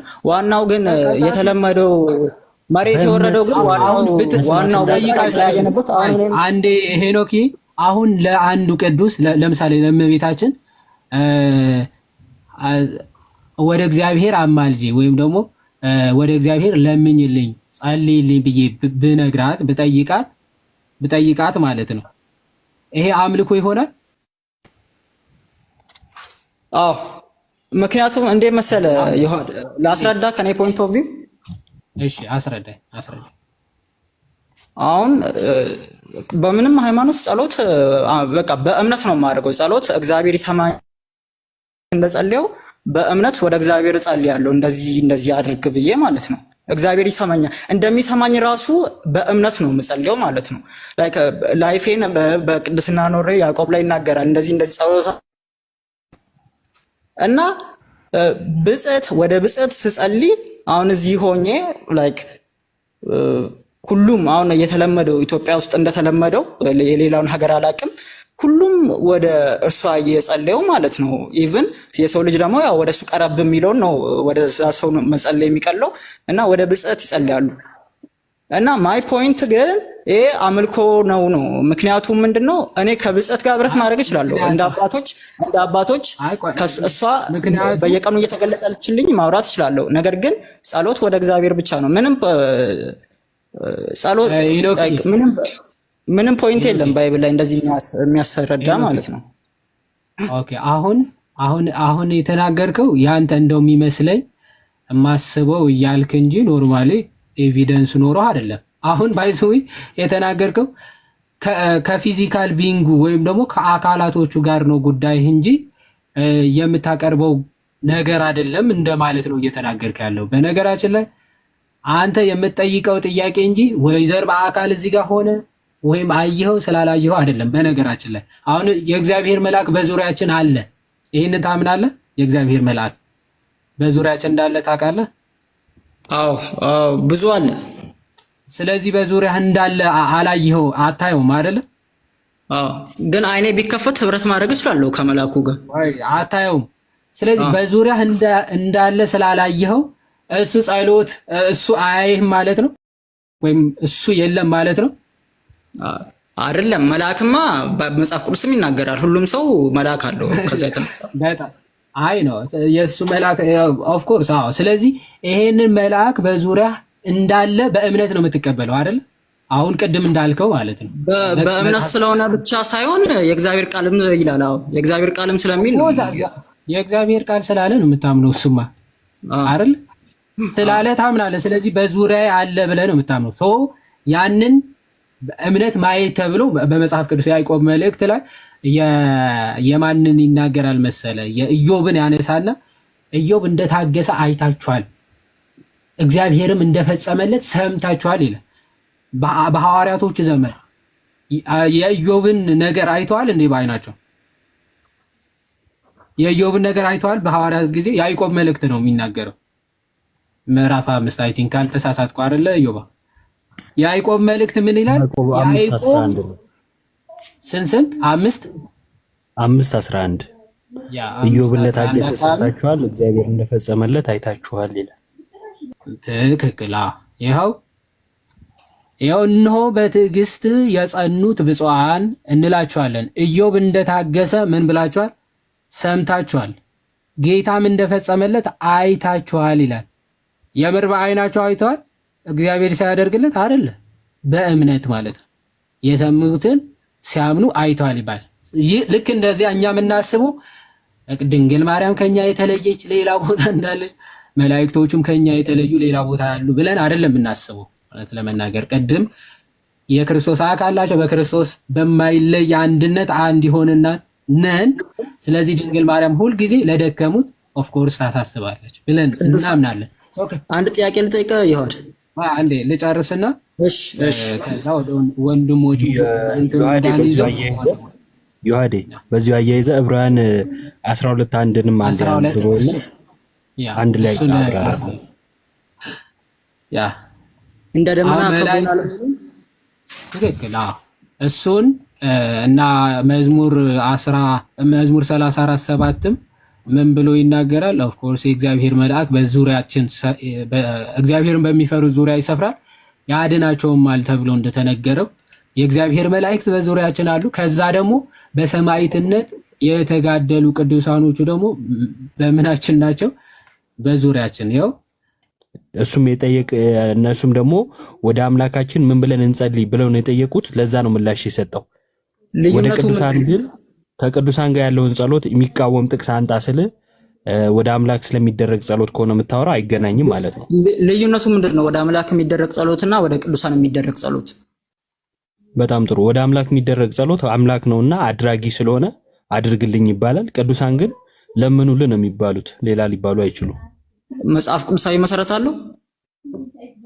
እስካሁን ታዲያ ያወራ ነው ምን ነበረ?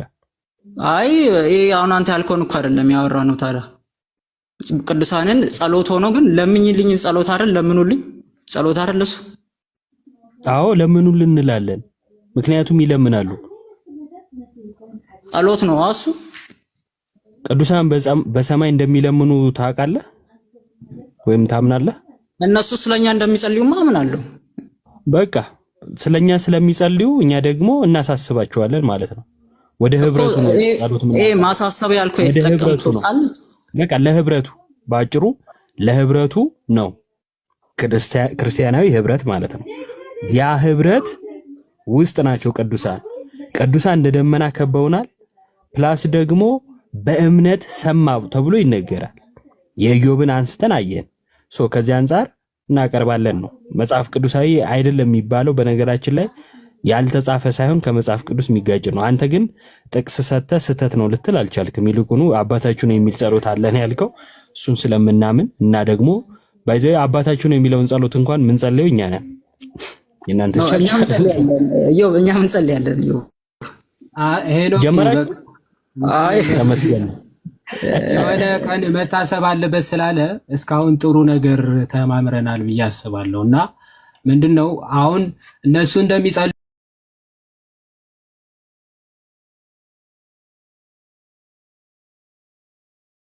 እና ያልነበረው በኢዮብ እንኳን ሐዋርያቶቹ አይታችኋል ሲላቸው አሜን ብለን የተቀበሉ እኛ ደግሞ ክርስቲያኖች ነን። በዙሪያችን አሉ። ይሄን ብቻ ልናገር። አሁን ያወራሁት በሙሉ እስማማለሁ ከናንተ ጋር ማለት ነው። ግን ኮምፕሊትሊ ዲፈረንስ የሚፈጥረው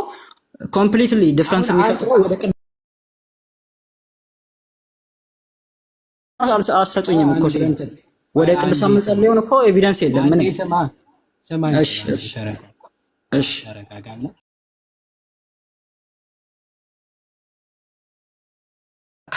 ካላየናቸው ካልተገለጡ አልክ። ካልተገለጡ እነሱን ጸልዩልኝ እንዳትሏቸው የሚል ማስረጃ ልትሰጥ አትችልም። ምክንያቱም በክርስቶስ አካል አንድ አካል እንደሆኑ እናምናለን። በዙሪያችን እንደከበቡ ተነግሮናል። ይህንንም አምነን እንቀበላለን። ካላያችኋቸው እንዳትጠይቁ ወይም ደግሞ እንዲጸልዩላችሁ እንዳትለምኑ ተብሎ አልተነገረም። ፓትሮ ቆይ አንዴ ሶሪ እሺ እንደዛ ተብሎ አልተነገረም። ፓትሮሎጂ በደንብ ስትመለከት ሲገለጡ ሳይገለጡ አይልም። ከሄርማስ ዘሺፐርድ ጀምረን እነዚህን ሙሉ አባቶችን ስትመለከታቸው አርሊ ፋዘርስ አምኑ ነበር። በዚህ እነ ተርቱሊያን ጋር እነ ተርቱሊያን ያምኑ ነበር በዚህ ያምናል። ተርቱሊያን ምን ብሎ እንደሚናገር ላሳይ። ቆይ ያው ሄል ቱ ዩ ፎርኤቨር ኦኬ። ያው ተገልጣለት አይደለም እንግዲህ ስንተኛ ኤዲ ነው? ሜቶዶስን አላውቅም ግን የስንተኛ ኤዲ እኮ ሜዲቫል ላይ የመጣ ዶክትሪናል ዴቨሎፕመንት ነው እንጂ ኤርሊ ኤርማስ ዴቨሎፕመንት ነው አትገምት። ኤርማስ በ80 ኤዲ የነበረ በመጽሐፍ ቅዱስ ራሱ ስሙ የተጻፈ አባት ነው። ኤርማስ አላቆም አረኛ ኤርማስ መጽሐፍ ቅዱስ ምን ላይ ነው የተጻፈው? 14 ሮሜ ምዕራፍ 14 16 ሮሜ 16 ላይ የተጻፈ ሰው እና እሱ ምን ይላል? መልአክ እንደሚያጠነክረው እና ኢንተርሴሽኑ እየሰማው ነው። ኦኬ ስለዚህ መልአክ ለሱ ኢንተርሲድ እንደሚያደርገ በኢንተርሴሽን ወይም ደግሞ ምልጃ እንደሚያቀርብለትና የሱ ምልጃ እንዲጠይቅ እንደሚያስፈልግ ይኸው ቃል በቃል ሄርማስ ዘሺፐርድ የሚል መጽሐፍ አለው። ኦኬ ቡክ 3 ቻፕተር 5 such an intercession and being so why don't you ask of the Lord understanding? Why don't you ask of the Lord እኮ ነው የሚለው understanding የሚለው እዚህ ጋር ይሁን። አይ ረጋ ብለህ ወቀስ ሜኖክ of the Lord ነው የሚለው ኢዮብ። ሌሎቻችሁ of the Lord ምን ማለት ነው? of the Lord ምን ማለት ነው? ከእግዚአብሔር ማለት ነው። ትክክል። ስለዚህ ያንን መረዳት አንደርስታንዲንግ እንድታገኝ ጠይቅ እያለ ነው። ያው receive it from him ከማን ነው ተቀበል እያለ ያለ? and receive it from him ከማን? ከመልአኩ።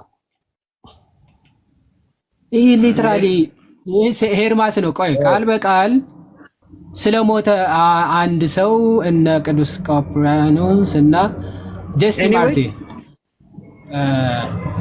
እዛው እንትንና ጀስቲን ማርቲን ሲሪል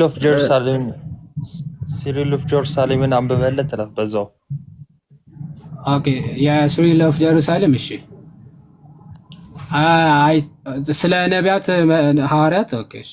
አንዴ ዙም ላድርገው እስኪ በደንብ አይታይም መሰለኝ። እሺ ሲሪል ኦፍ ጀሩሳሌም ያው 350 አካባቢ የነበረ አባት ነው። ምን ይላል? Then during the Eucharist prayer we make mention also of those who have already fallen asleep ይላል። ስለሞቱ ሰዎች we make mention also of those who have already fallen asleep. First the patriarchs የተባሉት እነዚህ ርዕሰ አባቶች የሚባሉ አብርሃም፣ ይስሐቅ፣ ያዕቆብን ማለት ነው። then prophets ነቢያትን then apostles and martyrs ሰማዕታት that በደንብ through their prayers and supplications God will receive our petition. yeah that through their prayers በጸሎታቸው ምን እንዲያደርጉናል? ወደ እግዚአብሔር ጸሎታችን ልመናችን እንዲቀበል እንዲያቀርቡልን ማንን ሜንሽን እናደርጋለናል? ፓትርያርኮቹን፣ ፕሮፌቶቹን፣ ነቢያት ስማቸው ሜንሽን እናደርጋለን ነው እንጂ ያለው እዚህ ጋር ራሱ ወደ እነሱ ፕሬይ እናደርጋለን አይደለም። አሁን ለምሳሌ ቆይ የኤልያስ አምላክ ተብሎ እንደሚጸልየው ማለት ነው። እንደዛ አይደለም የሚለው ያው ስሩ ዘይር ፕሬየርስ ነው የሚለው በጸሎታቸው ያው እንዲያስታውሱን ይላል። ጸሎታችንን ያው ወደ እግዚአብሔር እንዲያቀርቡ supplications God would receive our petition ጸሎታችንን ምን እንዲያረጋድ receive እንዲያረግ በጸሎታቸው ምን እንዲያረጉን ሜንሽን እንዲያስቡን ምን እንላቸዋለን? ስማቸውን እየጠራን በጸሎታቸው አስቡን እንላቸዋለን እኮ ቃል በቃል። እሺ ፓትርያርኮቹን፣ ነቢያቶቹን፣ አፖስቶሎቹን፣ ማርቲሮቹን ሙሉን ስሩ ዘይር ፕሬየር በጸሎታቸው ምን እንዲያረጉን ሰፕሊኬት እንዲያማልዱን ወደ እግዚአብሔር እና ስማቸው ሜንሽን እናደርጋለን በጸሎታቸው እንዲያስቡን በጸሎታቸው አስቡን ብለን ስማቸውን እንጠራለን። በጸሎታቸው እንዲያስቡን ሊሆን ይችላል። ቆይ ምንድነው የምትለው እዚህ ጋር የሚለው ማለት ነው? እኔ እንደተረዳሁት ስማቸውን ሜንሽን እናደርጋለን እነዚህ ሰዎች በጸሎታቸው እንዲያስታውሱን። በጸሎታቸው አስቡን ብለው ነው የሚጠሯቸው ይስ አይደለም? እዚህ ጋር በግልጽ እንደዛ አላለም። ያው through their prayer and supplications God will receive our petition እኮ ይላል። በጸሎታቸው እንዲያስቡን። ስለዚህ በጸሎታቸው አስቡን ተብሎ ነው የሚጠራው ስማቸው ማለት ገባ? አይ ዝም ብለህ ለመጠቅ ዮሐድ አንተ እንደዛ አይልም። አንተም እንደዛ ይላል። ሜንሽን ዘር ዮሐድ አሁን ስማቸውን እንጠራለና የሚለው መሰከት ጀመር። አሁን ምንድነው የሚለው ምንድነው? እሺ ምንድነው የሚለው? ዙም አውት አድርገው፣ ትንሽ ዙም አውት አድርገው። ትንሽ አይታየኝም ሙሉ ማለት ነው። አሁን ዝም ብለህ እየገመትክ እንዳታወራ እሺ። ይሄን እቀበላለሁ እኮ ይሄንን እነሱ የነበሩበት ሌቭል አሁን አባቶች እኔም እኮ ያልኩ ነው ጋዲሳ አባቶች የነበሩበት ሌቭል ከቅዱሳን ጋር እኔ እናንተ ከምናወራው ሌቭል በላይ ነው። ስለዚህ አንተ ዴሊ የሆነ ውይይት ነው፣ ዴሊ የሆነ ንግግር ህብረት ነው የነሱ እንጂ አሁን እንደተለመደው ጸሎት አይደለም። የነሱ ህብረት ነው።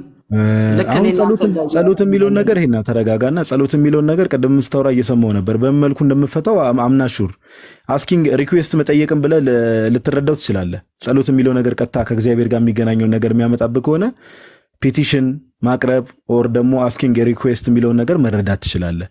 እና አሁን ቅድም የዋድ እንዳሳየ እሱ ብቻ ሳይሆን ሴንት ቤዝልም እዚህ ጋር አይ ኢንቮክ ዘም እያለ ቀጥታ ቃል በቃል በእነሱ አማላጅነት እግዚአብሔር ይቅር ይለኝ ዘንድ አይ ኢንቮክ ዘም ቱ ሰፕሊኬሽን ቱ ጋድ እያለ ከዛ ባለፈ ያው ሰዓትም ስለሄደ ረጅም ሰዓት ስለቆየህም ሌሎች ማስረጃዎችም አሉ። ሜቢ ግን ቃል በቃል ለምሳሌ ቃል በቃል ቅዱስ ጎርጎርዮስ ዘንዝናዙን ታውቃለህ? ሴንት ግሪጎሪ ኦፍ ናዚያንስ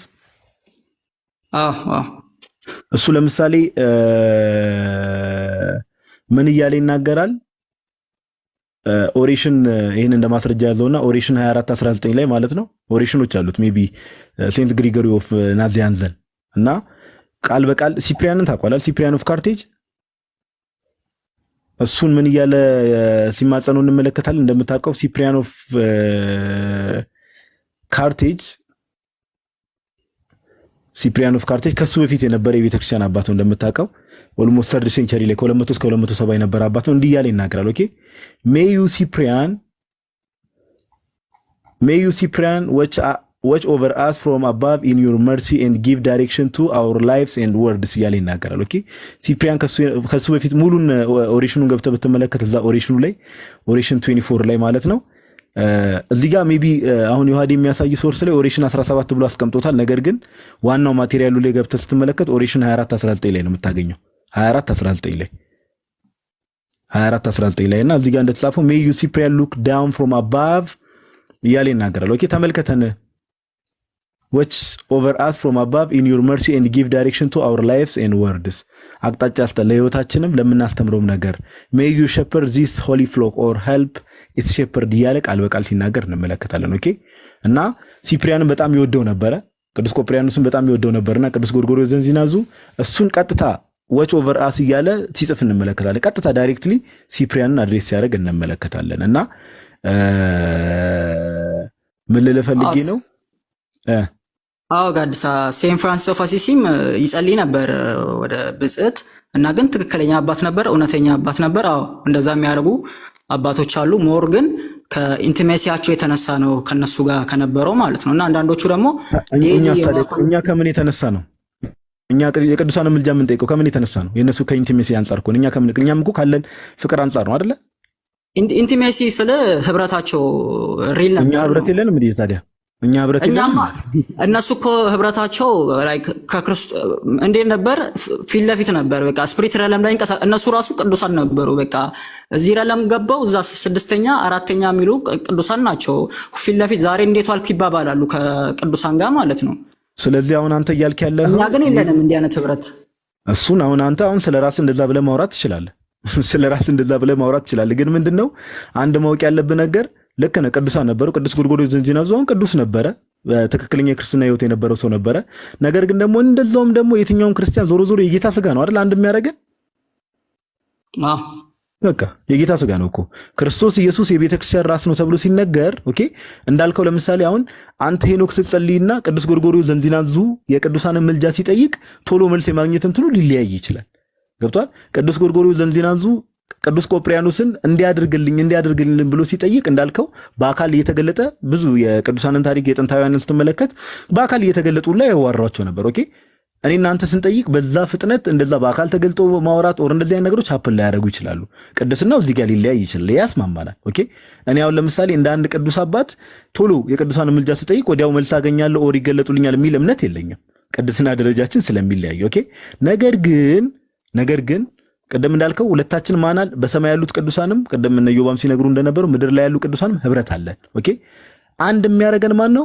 ራስ የሆነው ክርስቶስ ኢየሱስ ነው። ኦኬ ራስ የሆነው ክርስቶስ ኢየሱስ ነው። ስለዚህ እነዚህ ቅዱሳን ምልጃ ማቅረብ ከቻሉ ክርስቲያን እንደመሆናቸው ምልጃ ማቅረብ ከቻሉ ለነሱ ሊገለጡላቸው ቶሎ መልስ ሊያገኙ ይችላሉ። ለጸሎታቸው ቅርብም ሊሆኑ ይችላሉ በመቀራረብ ደረጃ። እኛም ደግሞ ምልጃ እንጠይቃለን። ደግሞ በምልጃም ብዙ ህይወታችን ላይ የሚደረጉ ነገሮች አሉና ባይ ዘ ዌይ ይሄ የቅዱሳን አማላጅነት እንዳልኩ ቀደም ብዙ ነገሮች እንደውም አንተ ከሌሎቹ ፕሮቴስታንቶችም ወጣ ያለ ነገር ነው ስትናገር የነበረው ነገር ሳይሆን ሞሮፍ ወደ መካነ ኢየሱስ የሚያደላም ነገር ነውና እንደዛ ስለሆነ ሜቢ በውስጥም ኮሙኒኬት ብታረገ ምናምን ነገር ሶርሶቹንም ልናሳይ እንችላለን ወንድማችን። እንደዛ ነው። በቃ እናመሰግናለንና ያትጥፋ ጎራ እያልክ እንደዚህ እናወራለን። እሺ ቴንክ ዩ እሺ ኦኬ እናመሰግናለን። ጥሩ መረዳት ስላለው ልጁ ቢያንስ ትንሽ አባቶች ትምህርት ደግሞ መርመር ቢያደርግ ወደ ጥሩ መረዳት ይደርሳል ብዬ አስባለሁና እግዚአብሔር ይርዳህ። በጣም እናመሰግናለን ሁላችሁም። እና እንደተባለው በጣም ይሄ በአባቶች ትምህርት የታመነ ነው። እንግዲህ እነ ቅዱስ ዮሐንስ አፈወርቅ የቅዱስ ሐዋርያ ቅዱስ ጳውሎስም በሁል ጊዜ በጸሎቱ ያስባል ይጠራል። አሁን ደግሞ ጋዲ እንዳለው የኦሬሽን 24 እና ደግሞ 4ም ላይ በሚገባ ስለ አባቱ ይናገራል እና በጸሎት አስበኝ በሚገባ ደግሞ በስላሴ ፊት ንጹህ ሕሊናን ይዘህ ስለቀረብክ በጸሎት አስበኝ የሥጋ ፍትወትን ሁሉ ጥለህ ስለሄድክ በእግዚአብሔር ፊት በምታመልከው አምላክ ፊት በጸሎት አስበኝ ብሎ ሲናገር እንመለከታለን። እና ግሪጎሪ ኦፍ ናዚናዘስ ወይም ደግሞ የኢንዚናዚው ጎርጎሪዮስ በሚገባ ባሲሊዮስ ታላቁ ባሲሊዮስ ሁሉንም ይሄንን በሚገባ ነው የሚያምኑት እና የታመነ ትምህርት እንትንንም ሜቢ እዚሁ ላይ ቀደም እንዳልከው ቅዱስ ዮሐንስ አፈወርቅ ባይዘው ሜቢ አሁን የነበረው ወንድማችንም እየሰማን ከሆነ ሌሎችም እየሰሙ ከሆነ ሆሚሊ 26 ሁለተኛ ቆሮንቶስ ሆሚሊ 26 ላይ በግልጽ ነው የሚያስቀምጠው። ባይዘው ይሄ ቀጥታ እንደው ምን እያለ ነው ቀደም አንባችሁታል ብዬ አስባለሁ በእርግጠኝነት for he that wears the purple himself goes to embrace those tombs and laying aside his pride stands ምን ይላል begging the saints to be his advocates with God ይላል። ምን ቅዱሳንን ይለምናቸዋል ምን እንዲሆኑት ከእግዚአብሔር ዘንድ አማላጅ እንዲሆኑት እያለ ቃል በቃል እና he that has the diadem implores the tent maker and the fisherman እያለ ያው ምንድነው ፊሸርማን አሳ አጥማጁና ቴንት ሜከር ያው ጳውሎስና ጴጥሮስን ማለት ነው ዘው ዴድ ይላል እንደው to be his patrons ይላል። ቢሞቱ እንኳን እነሱን ሄዶ ምን ይላል መቃብራቸው ጋር ሄዶ እንዴ ቅዱስ ዮሐንስ አፈወርቅ ነው የሚለው መቃብራቸው ጋር ሄዶ አማላጆቹ እንዲሆኑ ከእግዚአብሔር ዘንድ አማላጆቹ እንዲሆኑ ኦር ፓትሮኖቹ እንዲሆኑ ይለምናቸዋል እያለ የቅዱስ ዮሐንስ አፈወርቅን ሆሚሊ 26 ሁለተኛ ቆሮንቶስ ትርጓሜውን ገብታችሁ ብትመለከቱ በግልጽ የምታገኙት ማቴሪያል ነው። ኦኬ እና ይሄ ምንም ባይዘው ለክርስቲያን ይዋዲ እኔ አንዳንዴ ያስቀኛል የሚነሳው አርጊመንት ሞተዋል እንዲህ አይሰሙም እንዲህ አይሉ የሚለው ነገር እንደው ጌታ የተናገረው ነገር በእኔ የሚያምን ብሉይ ኪዳን ላይ እንዳሉ ሰዎች ነው አንዳንዴ አስተሳሰባቸው አንዳንድ ሰዎችና ኤኒዌይስ ድነናል ይላሉ እኮ ደግሞ ሕያዋንን ብለን እናምናለን ይሉና መልሰው ግን ሌሎች ሕያዋን ሲሆኑ ቅናት ነው የሚመስለው ግን አይደል እና ሌሎቹ ቅዱሳን ሕያዋን ናቸው ስትል የሆነ ይደብራቸዋል እናንተ ስትላቸው እኛ ሕያዋን ነን ይላሉና ቅናት ነው የሚመስለው። ቅዱስ አምብሮስ ራሱ እንደዚህ ይላል እኛን ይጠብቁን ዘንድ የተሰጡን ቅዱሳን መላእክት ስለኛ ይማልዱልን ዘንድ ልንለምናቸው ይገባል ቅዱሳን ሰማዕታትንም ልንማጸናቸው ይገባል እያለ ይናገራል። ሌሎች ብዙ አባቶች ይህን ይናገራሉ። ቅዱስ ቄርሎስ ዘኢየሩሳሌም ስለ ሚስጥራት ባስተማረበት ጽሑፉ ላይ 5ኛው ትምህርት ቁጥር 6 ላይ ከእኛ በፊት ቀድመው ያረፉትን በጸሎታችን እናዘክራቸዋለን። በመጀመሪያ አበው ነቢያት፣ ሐዋርያትን፣ ሰማዕታትን እንጠራቸዋለን። ይህም በጸሎታቸውና በምልጃቸው ከእግዚአብሔር ልመናችንና አስተበቆታችን ይቀበልልን ዘንድ ነው ይላል። ስለዚህ እንለምናቸዋለን ብለው ይናገራሉ አባቶችና ያው አባቶችን መጥቀሳችን በነገራችን ላይ ቀድሞ የነበረው የክርስትና አረዳድ ወይም ክርስትና ትምህርት ምንድነው የሚለው እንድናውቀው ስለዚህ እንግዳ ትምህርቶችን እንለይበታለን የአባቶችን ትምህርት ስንይዝ እና ከዛ አንፃር ነው። አቡ እስካሁን አላወራህምና ዲያቆንም የገባውን ሰው አስተናግዱት። የገባ ሰው ታስተናግዳላችሁ። ምናልባት መልእክት መለወተ ጽድቅ በዚህ ዙሪያ አሪፍ ማስረጃዎችም ስላሉት እዛም ሪፈር ብታረጉ ጥሩ ነው ለሌሎቻችሁ። በተለይ ወንድማችን ቅጽ 1 በእንደዚህ ዙሪያ ጥሩ ማስረጃዎች በአማርኛ ለምትችሉ ለአባቶችም ትምህርት ስለሚጠቅስ አምብሮስ፣ ባሲሊዮስ፣ ቄርሎስ፣ ዮሐንስ አፈወርቅ ሁሉንም የሰጡትን ስለ ቅዱስ ኤፍሬም ሶርያዊ ጨምሮ ኮት ስለሚያደርግ ይጠቅማቸዋል። ሪፈር አድርጉ። ሐሳብ ልቀበል ወይስ የተወሰነ ነገር ልበልበት? የተወሰነ ሐሳብ ልቀበልና እንኳን ደህና መጣ አቡዬ። በዛው ድምጽ የላሰማ ብዬ እንዴት ነህ? እንደተመቸህ እግዚአብሔር ይመስገን። ተቀበለ መስጠት ወይም ሰተ መቀበል? ተቀበልና በዛው ሰተ መቀበል ክርስትና አይፈቅድም። አዎ ልክ ነህ ጋዲኒ።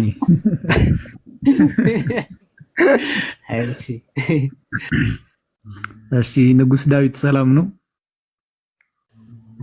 ሰላም አቡ እንዴት ናችሁ? እግዚአብሔር ይመስገን ሰላም ነው። ሰላም ነኝ አለን። ዛሬ ወርሱ ከቅዱሳን ምልጃ ጋር የተያያዘ ነውና ከየት ቤተ እምነት ነህ ግን? ቅድሚያ ፕሮቴስታንት። ኦኬ፣ በዚህ ርዕስ ላይ ጥያቄ አለ? አዎ እኔ እንኳን በቅዱሳን ምልጃ የማምነው የተወሰነ ነገር ይኖራል። ግን ምናልባት ከዚህ ርዕስ አልወጣ ለአንድ ክርስቲያን የቅዱሳን ምልጃን አልቀበልም ወይም በቅዱሳን በኩል ጸሎትን ምልጃም አላረግም ቀጥታ ወደ እግዚአብሔር ጸልያለሁ ቢል አይችልም ወይ የሚል ጥያቄ ነው ያለኝ። ቴንክ ዩ። እሺ፣ በቅድሚያ ግን ያው አሁን ከዚህ ጥያቄ ዴቭ ምን ይቀድማል ብዬ አምናለሁ። ጥያቄ ይመለሳል። በእርግጥ ግን ከዚህ ጥያቄ ምን የሚቀድም ነገር አለ? የቅዱሳን ምልጃ መጽሐፍ ቅዱሳዊ ነው ወይ የሚለውን ቅድሚያ ማየት አለብን። ለምን መሰለህ ያ መቅደም ያለበት? የቅዱሳን ምልጃ መጽሐፍ ቅዱሳዊ ከሆነ መጽሐፍ ቅዱሳዊውን ነገር ባልቀበል ምን ችግር አለው እያልከኝ ነው ማለት ነው የምትጠይቀው። ስለዚህ መጽሐፍ ቅዱሳዊን ነገር ባትቀበል ምን ችግር እንዳለው እነግራለሁ ማለት ነው። መጀመሪያ ላይ መጽሐፍ ቅዱሳዊ መሆኑን እና እንደሚያማልዱ ካየን በኋላ መጽሐፍ ቅዱሳዊ የሆነ ነገር ባልቀበል፣ እግዚአብሔር ቃል የሆነ ነገር ባልቀበል ምን ችግር አለው ወደሚለው ጥያቄ እናልፋለን ማለት ነው። አይሻልም? እሺ እንለፍ፣ ችግር የለውም። እሱንም ታሳየኛለህ። ግን ጥያቄ ግልጽ ይመስለኛል። ቀጥታ ለምሳሌ ክርስቶስ ሐዋርያቱን ደቀ መዝሙሩን 12ቱን ጸሎት አስተምረን ባሉት ጊዜ ጸሎት አስተምሯቸዋልና ሲያስተምራቸው ጸሎቱንም ስናየው ቀጥታ ነው ወደ እግዚአብሔር የሚጸልዩበትን መንገድ ያሳያቸው በቅዱሳን በኩልና ምናልባት ከሐዋርያቱም መካከል አላቅም ቀጥታ በሰው በኩል አድርጎ ወይም በቅዱሳን በኩል የጸለየ ሰው እኔ አላየውም እስካነበብኩት ድረስና እንደው ቀጥታ ወደ እግዚአብሔር የምንገባበት አዲስ ኪዳን ላይ ሆነን ለምንድን ነው በሰዎች በሌሎች ቅዱሳን ወይም በመላእክት በኩል የግድ መጸለይ አስፈላጊ ሆኖ የታየው? እግዚአብሔር አይሰማኝም? ምን ቀጥታ ብጸልይ አይሰማኝም? እስቲ ይሄን ነገር በጣም ቆንጆ ጥያቄ ነው። ራሴ ቀጥታ ብጸልይ አይሰማኝም ወይ? ለምንድን ነው እነርሱ በጸሎት እንዲያግዙኝ የምጠይቃቸው? ጥሩ ጥያቄ ነው። ወደ እግዚአብሔር ቀጥታ እንጸልያለን። ኦፍኮርስ እንጸልያለን፣ ይሰማንማል ብለን እናምናለን። ግን ለምንድን ነው ጸልዩልኝ ማለቱ ያስፈለገው ካለን የእግዚአብሔር ቃል ስለሚያዝ ነው። በእግዚአብሔር ቃል ላይ አንዳችን ለአንዳችን እንድንጸልይ ትእዛዝ ተሰጥቶናል። ለምሳሌ ቅዱስ ጳውሎስ በጣም በተደጋጋሚ በተለያዩ ክፍሎች ላይ ክርስቲያኖችን ጸልዩልኝ እያለ ይጠይቃል። ጸልዩልኝ እያለ ሲጠይቅ እሱ መጸለይ ሳይችል ቀርቶ ወይ ደግሞ የእሱ ጸሎት ሳይሰማ ቀርቶ ነው? ዴቭ ልክ ነህ። ጳውሎስ ጸልዩልኝ ይላል በተደጋጋሚ ብዙ ጊዜ ጸልዩልኝ ይላል። እሱም ይጸልያል፣ ቅዱሳንንም እንዲጸልዩለት ይጠይቃል። ግን የቶቹ ቅዱሳን በሰዓቱ ፕሬዘንት የቶቹ የሚለው ኔክስት ኩዌስችን ነው። አሁን ግን የአንተ ጥያቄ ምን ነበረ? እኔ ቀጥታ ብጸልይ ይሰማኛል፣ እነርሱን እንዲጸልዩልኝ ለምን ጠይቃለሁ ነው ያልከው። ኤግዛክት ራስ ያቀረብከው ሎጂክ ምን አደረግኩኝ? ቅዱስ ጳውሎስ ቀጥታ ቢጸልይ ይሰማል። ለምንድን ነው ጸልዩልኝ የሚለው? ስለማይሰማ ነው። ምናልባት እሱ ያልጸለየውን ርዕስ ወይም እሱ ያላስተዋለውን ክፍተት ሌሎች ቅዱሳን ደግሞ በዛ በኩል እንዲጸልዩለት በደንብ እንዲያሳስቡለትም ፈልጎ ነው። አሁን ግምት እንትናልክ ቅዱስ ጳውሎስ ስለዚህ ጉዳይ ጸልዩልኝ ነው እንደውም የሚለው። ጭራሽ የሚጸልዩበትንም ጉዳይ እንደውም እየነገራቸው ነው ጸልዩልኝ የሚለውን እንትኑን መገመቱን እንትውና ቅዱስ ጳውሎስ ራሱም የሚጸልየውን እነርሱም ደግሞ እንዲጸልዩ ነው የሚያግዘው። ለማንኛውም እሺ እንዳልከው ይሁን። አንተ ያላስተዋልከውን አንተ ያላየከውን ነገር ጸልዩልኝ ማለት ትችላለህ ማለት ነው። አዎ ርዕስ ሰጥቼ የተጨነኩበትም ሊሆን ይችላል። እኔ ያላስተዋልኩት ብቻ እያልኩ ሳይሆን የተጨነኩበትን ነገር እንደው ጸልዩልኝ እላለሁ። ግን እኔም እጸልያለሁ በዛ ሀሳብ አይደለ? ትክክል። አንተም እኮ ጸልይልኝ ስትል ተማጸንልኝ እያልክ ነው። መማጸን ማለት መጸለይ፣ መለመን። እኔማ ዳይሬክትሊ እግዚአብሔር ነው የምለው። አንተ እኮ ተማጸኝ ነው የምትለው አይደል? ማንን? ምን አልከኝ? ቆይ እስኪ ድገሙ። ተማጸኝልኝ ትላለህ አይደል? ተማጸኝልኝ ማለት ምን ማለት ነው ወንድሜ? ጸልይልኝ ማለት እኮ ነው። ያ ለምኝልኝ፣ ጸልይልኝ ላይክ እንደዛ ነገር ነው የሚሆነው እኮ። ታዲያ አንተም እንደዛ ብላ አይደል እኔንም የምትጠይቀው? ለምሳሌ አንተ እኔን ብትጠይቅ ጸልይልኝ ብለኝ አይደል? ጸልይልኝ ለምንልኝ አይደል የምትለው? አይ ኖ አንተ ዳይሬክትሊ አንተ ያንን ከኔ የተቀበልከው ነው። አንተ ግን ወደ እርሷ ትጸልያለህ። እሷም እኮ ዳይሬክትሊ ከኔ የተቀበለችው እሷም እኮ እሺ ልክ እኔ ያንተን እኔ ዳይሬክትሊ እንደተቀበልኩት እሷም እኮ የኔን ዳይሬክትሊ ነው የተቀበለችው። ምን መሰለ ንጉሴ፣ አሁን አንተ እኔን አሁን ያንተን ጥያቄ እረዳዋለሁ ባይዚ። እስኪ በዚህ መልኩ እመልስልህ። አሁን አንተ እኔን ጸልይልኝ የምትለኝ ለምንድን ነው? በአካል ስላለኩኝ ነው። በዚህ ምድር ላይ በአካል ስላለው ይሄው ቀጥታ ወይ ተደዋውለን ወይ በአካል ጸልይልኝ ብለህ ትነግረኛለህ አይደለ?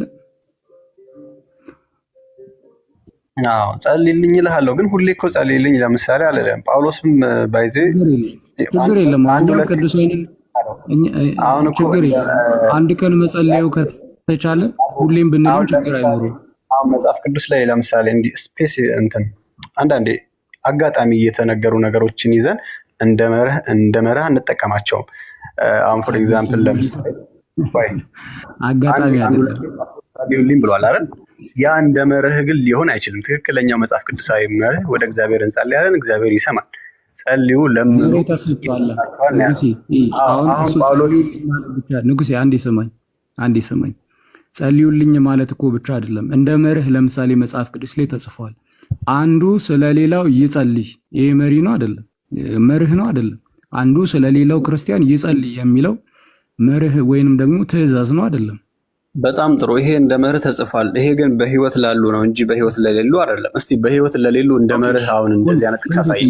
ማለት እንደ መርህ አንዱ ለሌላው ይጸልይ የሚለው በህይወት የሌሉ በአጸደ ነፍስ የሌሉ ለነሱም እንደዚህ አይነት ጥቅስ አሳይ። እያሳመንከኝ ነው ማለት ነው። ይሄ ነገር በህይወት ላሉት ነው የተጻፈው። ስለ እንግዲህ ለሙታኔ እንዳለ ንገረኝ። ስለ ህያዋን ለምሳሌ ቅዱሳን እኔ በህይወት አሉ ብዬ ነው ማምነው አሁንም። ምክንያቱም መጽሐፍ ቅዱሳችን የዘላለም ህይወት አላቸው ብሎ ይናገራል። በህይወት ላሉት ነው የተነገረው ካልከኝ እስቲል እነሱን የሚመለከታል። ምክንያቱም እስቲል እነሱም በዘላለም ህይወት ውስጥ ነው ያሉት። ክርስቶስ ኢየሱስ በተደጋጋሚ በእኔ የሚያምን ሞትን አያይም፣ በእኔ የሚያምን ቢሞት እንኳን ህያው ነው፣ የዘላለም ህይወት አለው እያለ ይናገራል። ቅዱሳን እስቲል ህይወት አላቸው ይላል መጽሐፍ። አንዱ ለሌላ የሚለው በህይወት ለሌሉት ይሰራል።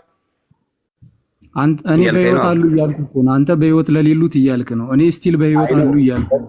በስጋ ምድር ላይ ለሌሉት ከኛ ጋር አብረው በአካል ለሌሉት ይሰራል እያልከኝ ከሆነ ለሌሉት ነው ያልከው። ጳውሎስ መጻፍ ይችላል ማለት ነው። ኦኬ ቆይ አንድ ነገር አስተካክለ ዴቫ አንድ ነገር አስተካክለ። አሁን በህይወት ለሌሉት የሚለውን ቶና ምክንያቱም ስቲል በህይወት ስላሉ እነሱ ወዴት ማስተካከል አለበት? በዚህ ምድር የሌሉት በዚህ ምድር እሺ፣ ችግር የለውም አቡዬ፣ እሱ የቃላት እንትን ነው። እሺ፣ ችግር የለውም። ግን አሁን አንዱ ለሌላው ይጸልይ የሚለው ለነሱም ለኛ የሚሰራ ከሆነ ለኔ ቅዱሳን በአጸደ ነፍስ የሌሉ ቅዱሳን ለኔ የሚጸልዩና የሚሰሙ ከሆነ እኔም ለነሱ ጸልዬ ለነሱ መለመን እችላለሁ። ምንድን ነው የምትለምንላቸው ለነርሱ? ለምሳሌ በሰማያት ላሉ ምን ትለምንላቸዋለህ አንተ? አሁን እኮ አንዱ ለሌላው ይጸልይ ካልከኝ መቼም አንዱ ለሌላው የሚጸልየው እርስ በርስ ክፍተት ሲኖር ነው አይደለ? ወይም እርስ በርስ የሚያጸልይ የሚያስቃትት ነገር የሚማልር ነገር ሲኖር ነው። አንዱ ለአንዱ ይጸልይ ስል እኔ የማምነው ምድር ላይ ላለ ነው ብቻ ነው ብዬ የማምነው ከዚህ የተነሳ ነው። ምክንያቱም እነሱ ነው ግን አይልም አይደለ? ዴቫ አሁን ቆይ ጥያቄን እመልሳለሁ። ግን መጽሐፍ ቅዱስ አሁን በዚህ ምድር ላይ ላሉት ብቻ ነው የሚል ያልተጻፈም፣ አንተ ነው የጨመርከው። ብልት የተባለው ፐርሰን ነው፣ እኛ ነን አካሎቹ። አዎ ክርስቲያኖችን ነው። ልክ ነው። አዎ ግን አካል ብዙ ብልቶች የሚመስሉ ብልቶች ሲልስ ያልከበሩ ሆኖ የሚመስሉ ብልቶች ሲልስ አሁን እስቲ ያልከበረ ክርስቲያን አለ? እስቲ አሁን እንደዚህ ልጠይቅ። አሁን አንተ ግለሰቡ ነው ካልከኝ ቆይ ያልከበረ የሚባል አይ አሁን ብልቶች የተባሉት ክርስቲያኖች ናቸው ብለኸኛል አይደል? ስለዚህ ክፍሉ ላይ አንተም አልክ ምን ለማለት ያልከበረ ሲል ምን ከምን ጋር አያይዞት ነው? እኔ ከጸጋ ስጦታ ጋር ነው ጸጋ ስጦታውን ከተቀበለው ፐርሰን ጋር ነው የማያያዘው። ለምሳሌ በቤተ ክርስቲያን ውስጥ የተሰጡ የጸጋ ስጦታዎች አሉ። መጽሐፍ ቅዱስ እንደሚነግረን ሐዋርያት፣ ነቢያት፣ እነዚህ መሰሉ ብዙ አይነት የጸጋ ስጦታዎች የሚመስሉ ብልቶች ሲል ምን ለማለት ነው? ብልቶች ያለው ክርስቲያኖችን ነው። እሱን አንተም አምናል። ያልከበረው ነው የሚመስሉ ብልቶች ሲል ምን ያልሆኑ ክርስቲያኖች ማለት ነው? ጸጋ ያልተቀበሉ ክርስቲያኖች ማለት ነው? ነው ያልከበሩ ብልቶች ሲል እዛ ጋር የጸጋ ስጦታዎችን ነው የሚያመለክተው አልኩ እኮ። የጸጋ ስጦታዎችን ነው የሚያመለክተው ስትለኝ ምን ማለት ነው? ያልከበሩ ብልቶች ሲባል ነው አለመክበር ሳይሆን፣ ለምሳሌ ትንንሽ ብልት ያዕቆብ ላይ ይናገራል አይደል? ለምሳሌ አንደበት በጣም ትንሽ ሆና ሳለ ግን የፍጥረትን ሩጫ ትገታለች ይላል ስለ ብልት ሲናገር። እንዲሁ ቤተክርስቲያን ውስጥ ለምሳሌ በትልቅ ጸጋ የሚያገለግሉ ሰዎች ይኖራሉ፣ ደግሞ አነስተኛ የምንለው ደግሞ የጸጋ ስጦታ ያላቸው ሰዎች ይኖራሉ። ግን አንዱ ከአንዱ ስለዚህ ያልከበሩ ብልቶች ሲልና ማንን ነው ያልከበሩ ብልቶች? ግለሰቦቹ ናቸው ነው ይመስለናል። ለኛ ያልከበሩ ነው አሁን የሚመስለን እንጂ ሁሉም በእግዚአብሔር ዘንድ የከበሩ ናቸው። አንዱ እኮ ከአንዱ አይለያይም አይደል? ቅዱሳን አንዱ ከአንዱ አይለያዩም አይደል? ሁላችንም የከበሩ ነው እያለስ የሚገልጻቸው ክብር ያላቸው ብልቶች ግን ይህ አያስፈልጋቸውም ሲልስ? ኦኬ ግለሰቦች ናቸው ነው የምትለው አንተ? ብልቶች እያለ የሚገልጸው ክርስቲያኖችን ነው ተባብለናል እኮ። ኦኬ ስለዚህ ያልከበረ ክርስቲያን አለ እያልከኝ ነው። ያልከበረ ክርስቲያን አለ እያልከኝ ነው። ስለዚህ አንዱ ከአንዱ ይለያል ማለት ነው። ከክፍሉ አንጻር ክርስቲያኖች አንድ አይነት መንፈሳዊ ደረጃ ላይ እኮ አይደሉም፣ ሊሆኑም አይችሉም። አንድ አይነት ደረጃ ላይ አይደለንም። ሁላችንም ያለንበት ደረጃ ይለያያል። የጠየቁ መልስልኝ። ክብር ያላቸው ብልቶች ይህ አያስፈልጋቸውም ሲል ምን ለማለት ነው? እኔ አሁን የኔን ትርጓሜ ነግሬሃለሁ። ክብር ያላቸው ብልቶች ብሎ ክብር ያላቸው ብሎ ሌላው ደግሞ ክብር የለውም ብሎ ፐርሰናል የሆነ ነገር አይደለም እየፈጠረ ያለው መጽሐፉ እየተናገረ ያለው ማለት ነው። ክብር ያላቸው ብልቶች ያስፈልጋቸው እንደዛ ከሆነማ በክርስቶስ ደም አንድ ብልት ወይም የአንድ አካል ብልቶች መሆናችን ምኑ ጋር ነው ታዲያ አንድነቱ? አሁን ስለዚህ ምን ማለት ነው? ለምን አትመልስልኝም ዴቫ? ስለዚህ ምን ማለት ነው? ክብር ያላቸው ብልቶች ይህ አያስፈልጋቸውም ሲል ምን ማለት ነው? የጸጋ ስጦታዎች ናቸው። ለምሳሌ እኔ ሰውነቴ ላይ ያሉ ለምሳሌ እጅ አለኝ፣ እግር አለኝ፣ አይን አለኝ። እያንዳንዱ ብልት ሁሉም እነዚህ ተዋቅረው እኔን አንድ አይደለ? እኔን አንድ ይሰራሉ ወይም የኔ አካል ናቸው፣ ብልቶች ናቸው። ለምሳሌ አንዱን አታስፈልገኝ ሲል ይህ አያስፈልጋቸውም ሲል አያስፈልጋቸውም ያለው እሺ ምንድነው አያስፈልጋቸውም? እሺ ጸጋ አያስፈልጋቸውም ነው?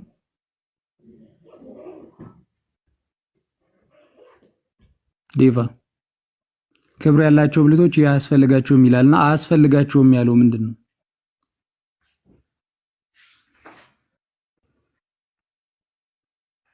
ዴቭ ንጉስ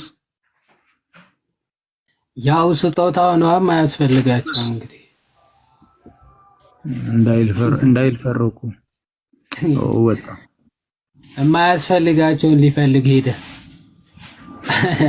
ለማንኛውም ምንድነው ባጭሩ የነርሱ ጸሎት ለኛ በእጅጉ ያስፈልገናል። የኛ ጸሎት ግን አሁን ላይ ድል ከነሱ በኋላ ግን ፈጽሞ አያስፈልጋቸውም። ምክንያቱም ስለኛ እኛ ይጸልያሉ ስንል ስለ ሁለት ሶስት ዋና ጉዳዮች ነው። አንደኛ ስለ ኃጢአታችን ይቅርታን ይጸልያሉ እያልን ነው። እኛ ስለነሱ የኃጢአት ይቅርታን እንዳንጸልይ ምህረትን አግኝተው በሰማያት ያሉ ናቸው። ከኃጢአት ዓለም የተላቀቁ ናቸው። ኃጢአትን ከማድረግ የወጡ ናቸው። ስለዚህ ይቅር በላቸው ብለን ልንጸልይ አንችልም። እነሱ እኛ ገና በዚህ ዓለም ስላለን በኃጢአት ስለምንደክም ይቅር በላቸው ብለው ይጸልያሉ እንጂ እኛ እነሱን ይቅር በላቸው ብለን አንጸልይም። ሲቀጥል እኛ ሌላ ጸልዩልን ብንል በህይወታችን ውስጥ ስለሚገጥሙን የተለያዩ ጉዳዮች ነው። በህይወታችን ላይ ስለምናሳልፈው የተለያዩ ጉዳዮች ይህ እንዲፈጸምልኝ ጸልዩልኝ ነው የምንላቸው። ለእነርሱ እንደዚህ የምንጸልይላቸው ጉዳይ የለም። እንደዚህ እንዲፈጸሙላቸው ጸልዩ የምንላቸው ጉዳይ የለም። ስለዚህ እኛ ከእነርሱ ጋር ያለን መተሳሰብ ወይም ህብረት ምንድን ነው? ቅድም እያልኳችሁ ነበረ። ወንድሜንም እየጠየኩት ነበረ። ወደ ሌላ ሐሳብ ሄደን እንጂ አንድ ሐሳብ ላነሳ ነበረ። ሁላችሁም በደንብ አድምጡ ይሄንን ማለት ነው። በስጋ ያሉ ክርስቲያኖችን ጸልዩልኝ ማለት ይቻላል? አዎ ይቻላል ብለው ሁሉም እንግዲህ ፕሮቴስታንቶች ይስማማሉ በዚህ ጉዳይ ማለት ነው። በምድር ያለውን ለምንድን ነው ጸልዩልኝ ማለት የሚቻለው? ምክንያቱም በዚህ ምድር ላይ ስላለ ስለሚሰማን። አሁን መግባቢያና መገናኛችን አይንና ጆሮአችን ነው ማለት ነው። አሁን ለምሳሌ ፕሮቴስታንትን አንድ የምንጠይቃቸው ነገር ምንድን ነው? ከክርስቲያኖች ጋር ጸልይልኝ ብለን የምንጠይቅበትን ህብረት የሰጠን አይንና ጆሮአችን ነው ወይስ ክርስቶስ ነው? ክርስቶስ ኢየሱስ ነው እንጂ እኛ አይንና ጆሮ አይደለም። አንተ ስለጠየቅ ስላልጠየቅ አይደለም። አንተ ጸልይልኝ ስላልክና ስላላልክ አይደለም። እኛን ያስተሳሰረን ክርስቶስ ኢየሱስ ነው እንጂ አንተ ጆሮና አይን በፍጹም አይደለም። አንተ ስላየው ወይም አንተን ስለሰማ አይደለም። አንተ ማየትና መስማት ባትችል ራሱ ክርስቲያኖች ይጸልዩልሃል። ለምን? በክርስቶስ ኢየሱስ አንድ አካል ስለሆንክ፣ በክርስቶስ ኢየሱስ አንድ አካል ስለሆንክ። ስለዚህ በስጋ ካሉ ክርስቲያኖች ጋር ኦኬ በስጋ ትገናኛለህ። በነፍስ ካሉ ክርስቲያኖች ጋርስ? በነፍስ ካሉ ክርስቲያኖች ጋርም ስቲል ህብረት አለ። እንግዲህ ከዚህ ከክርስቶስ አካል ተለይቷል ልንል በፍጹም አንችልም። ስቲል በክርስቶስ አካል ውስጥ ናቸው ማለት ነው። ነገር ግን በየት ስፍራ? በመንፈሳዊ ስፍራ። በምድር እያሉ በስጋዊ ስፍራ ነው ያሉት፣ ከኛ ጋር በስጋ ይገናኛሉ። ወደ ሰማይ ከሄዱ በኋላ ደግሞ በመንፈሳዊ ስፍራ ነው ያሉት። ስለዚህ ከነርሱ ጋር የምንገናኘውም በመንፈሳዊ መንገድ ነው ማለት ነው። ከጎኔ ካለው ጋር እንዲሁ በአንደበቴ እንገናኛለን። ርቃችሁኝ ካላችሁ ከእናንተ ጋር በስልክ እገናኛለሁ። እያንዳንዱ ሰው እንደሚኖርበት ስፍራ የሚነጋገርበትን መንገድ ይለያያል። በደንብ አድርጋችሁ አድምጡ። እያንዳንዱ ሰው እንደሚኖርበት ስፍራ የሚነጋገርበት መንገድ ይለያያል። እኔና እናንተ የምንነጋገርበት መንገድ እና ከጎኔ ካለው ጋር መወራበት የምገናኝበት መንገድ አንድ አይደለም። ከጎኔ ካለው ጋር ለመነጋገር ይህ ስልክ አያስፈልገኝም። ከእናንተ ጋር ግን እኔ የምናገረው እንድታደምጡ ይህ ስልክ ያስፈልጋል። ይህንን ስልክ ብትዘጉት የኔን ድምፅ አሰሙ። እኔም ደግሞ እናንተ የምትጽፉትን ኮመንት አላይም። ሰው ልክ ምንድነው ልክ የተለያየ ስፍራ ስንሆን በዚህ እንደተገናኘን መገናኛችን እንደተለየ ከቅዱሳንም ከዚህ ምድር ሲያልፉ ደግሞ ከነሱም ጋር የምንገናኝበት መንገድ ይለያል።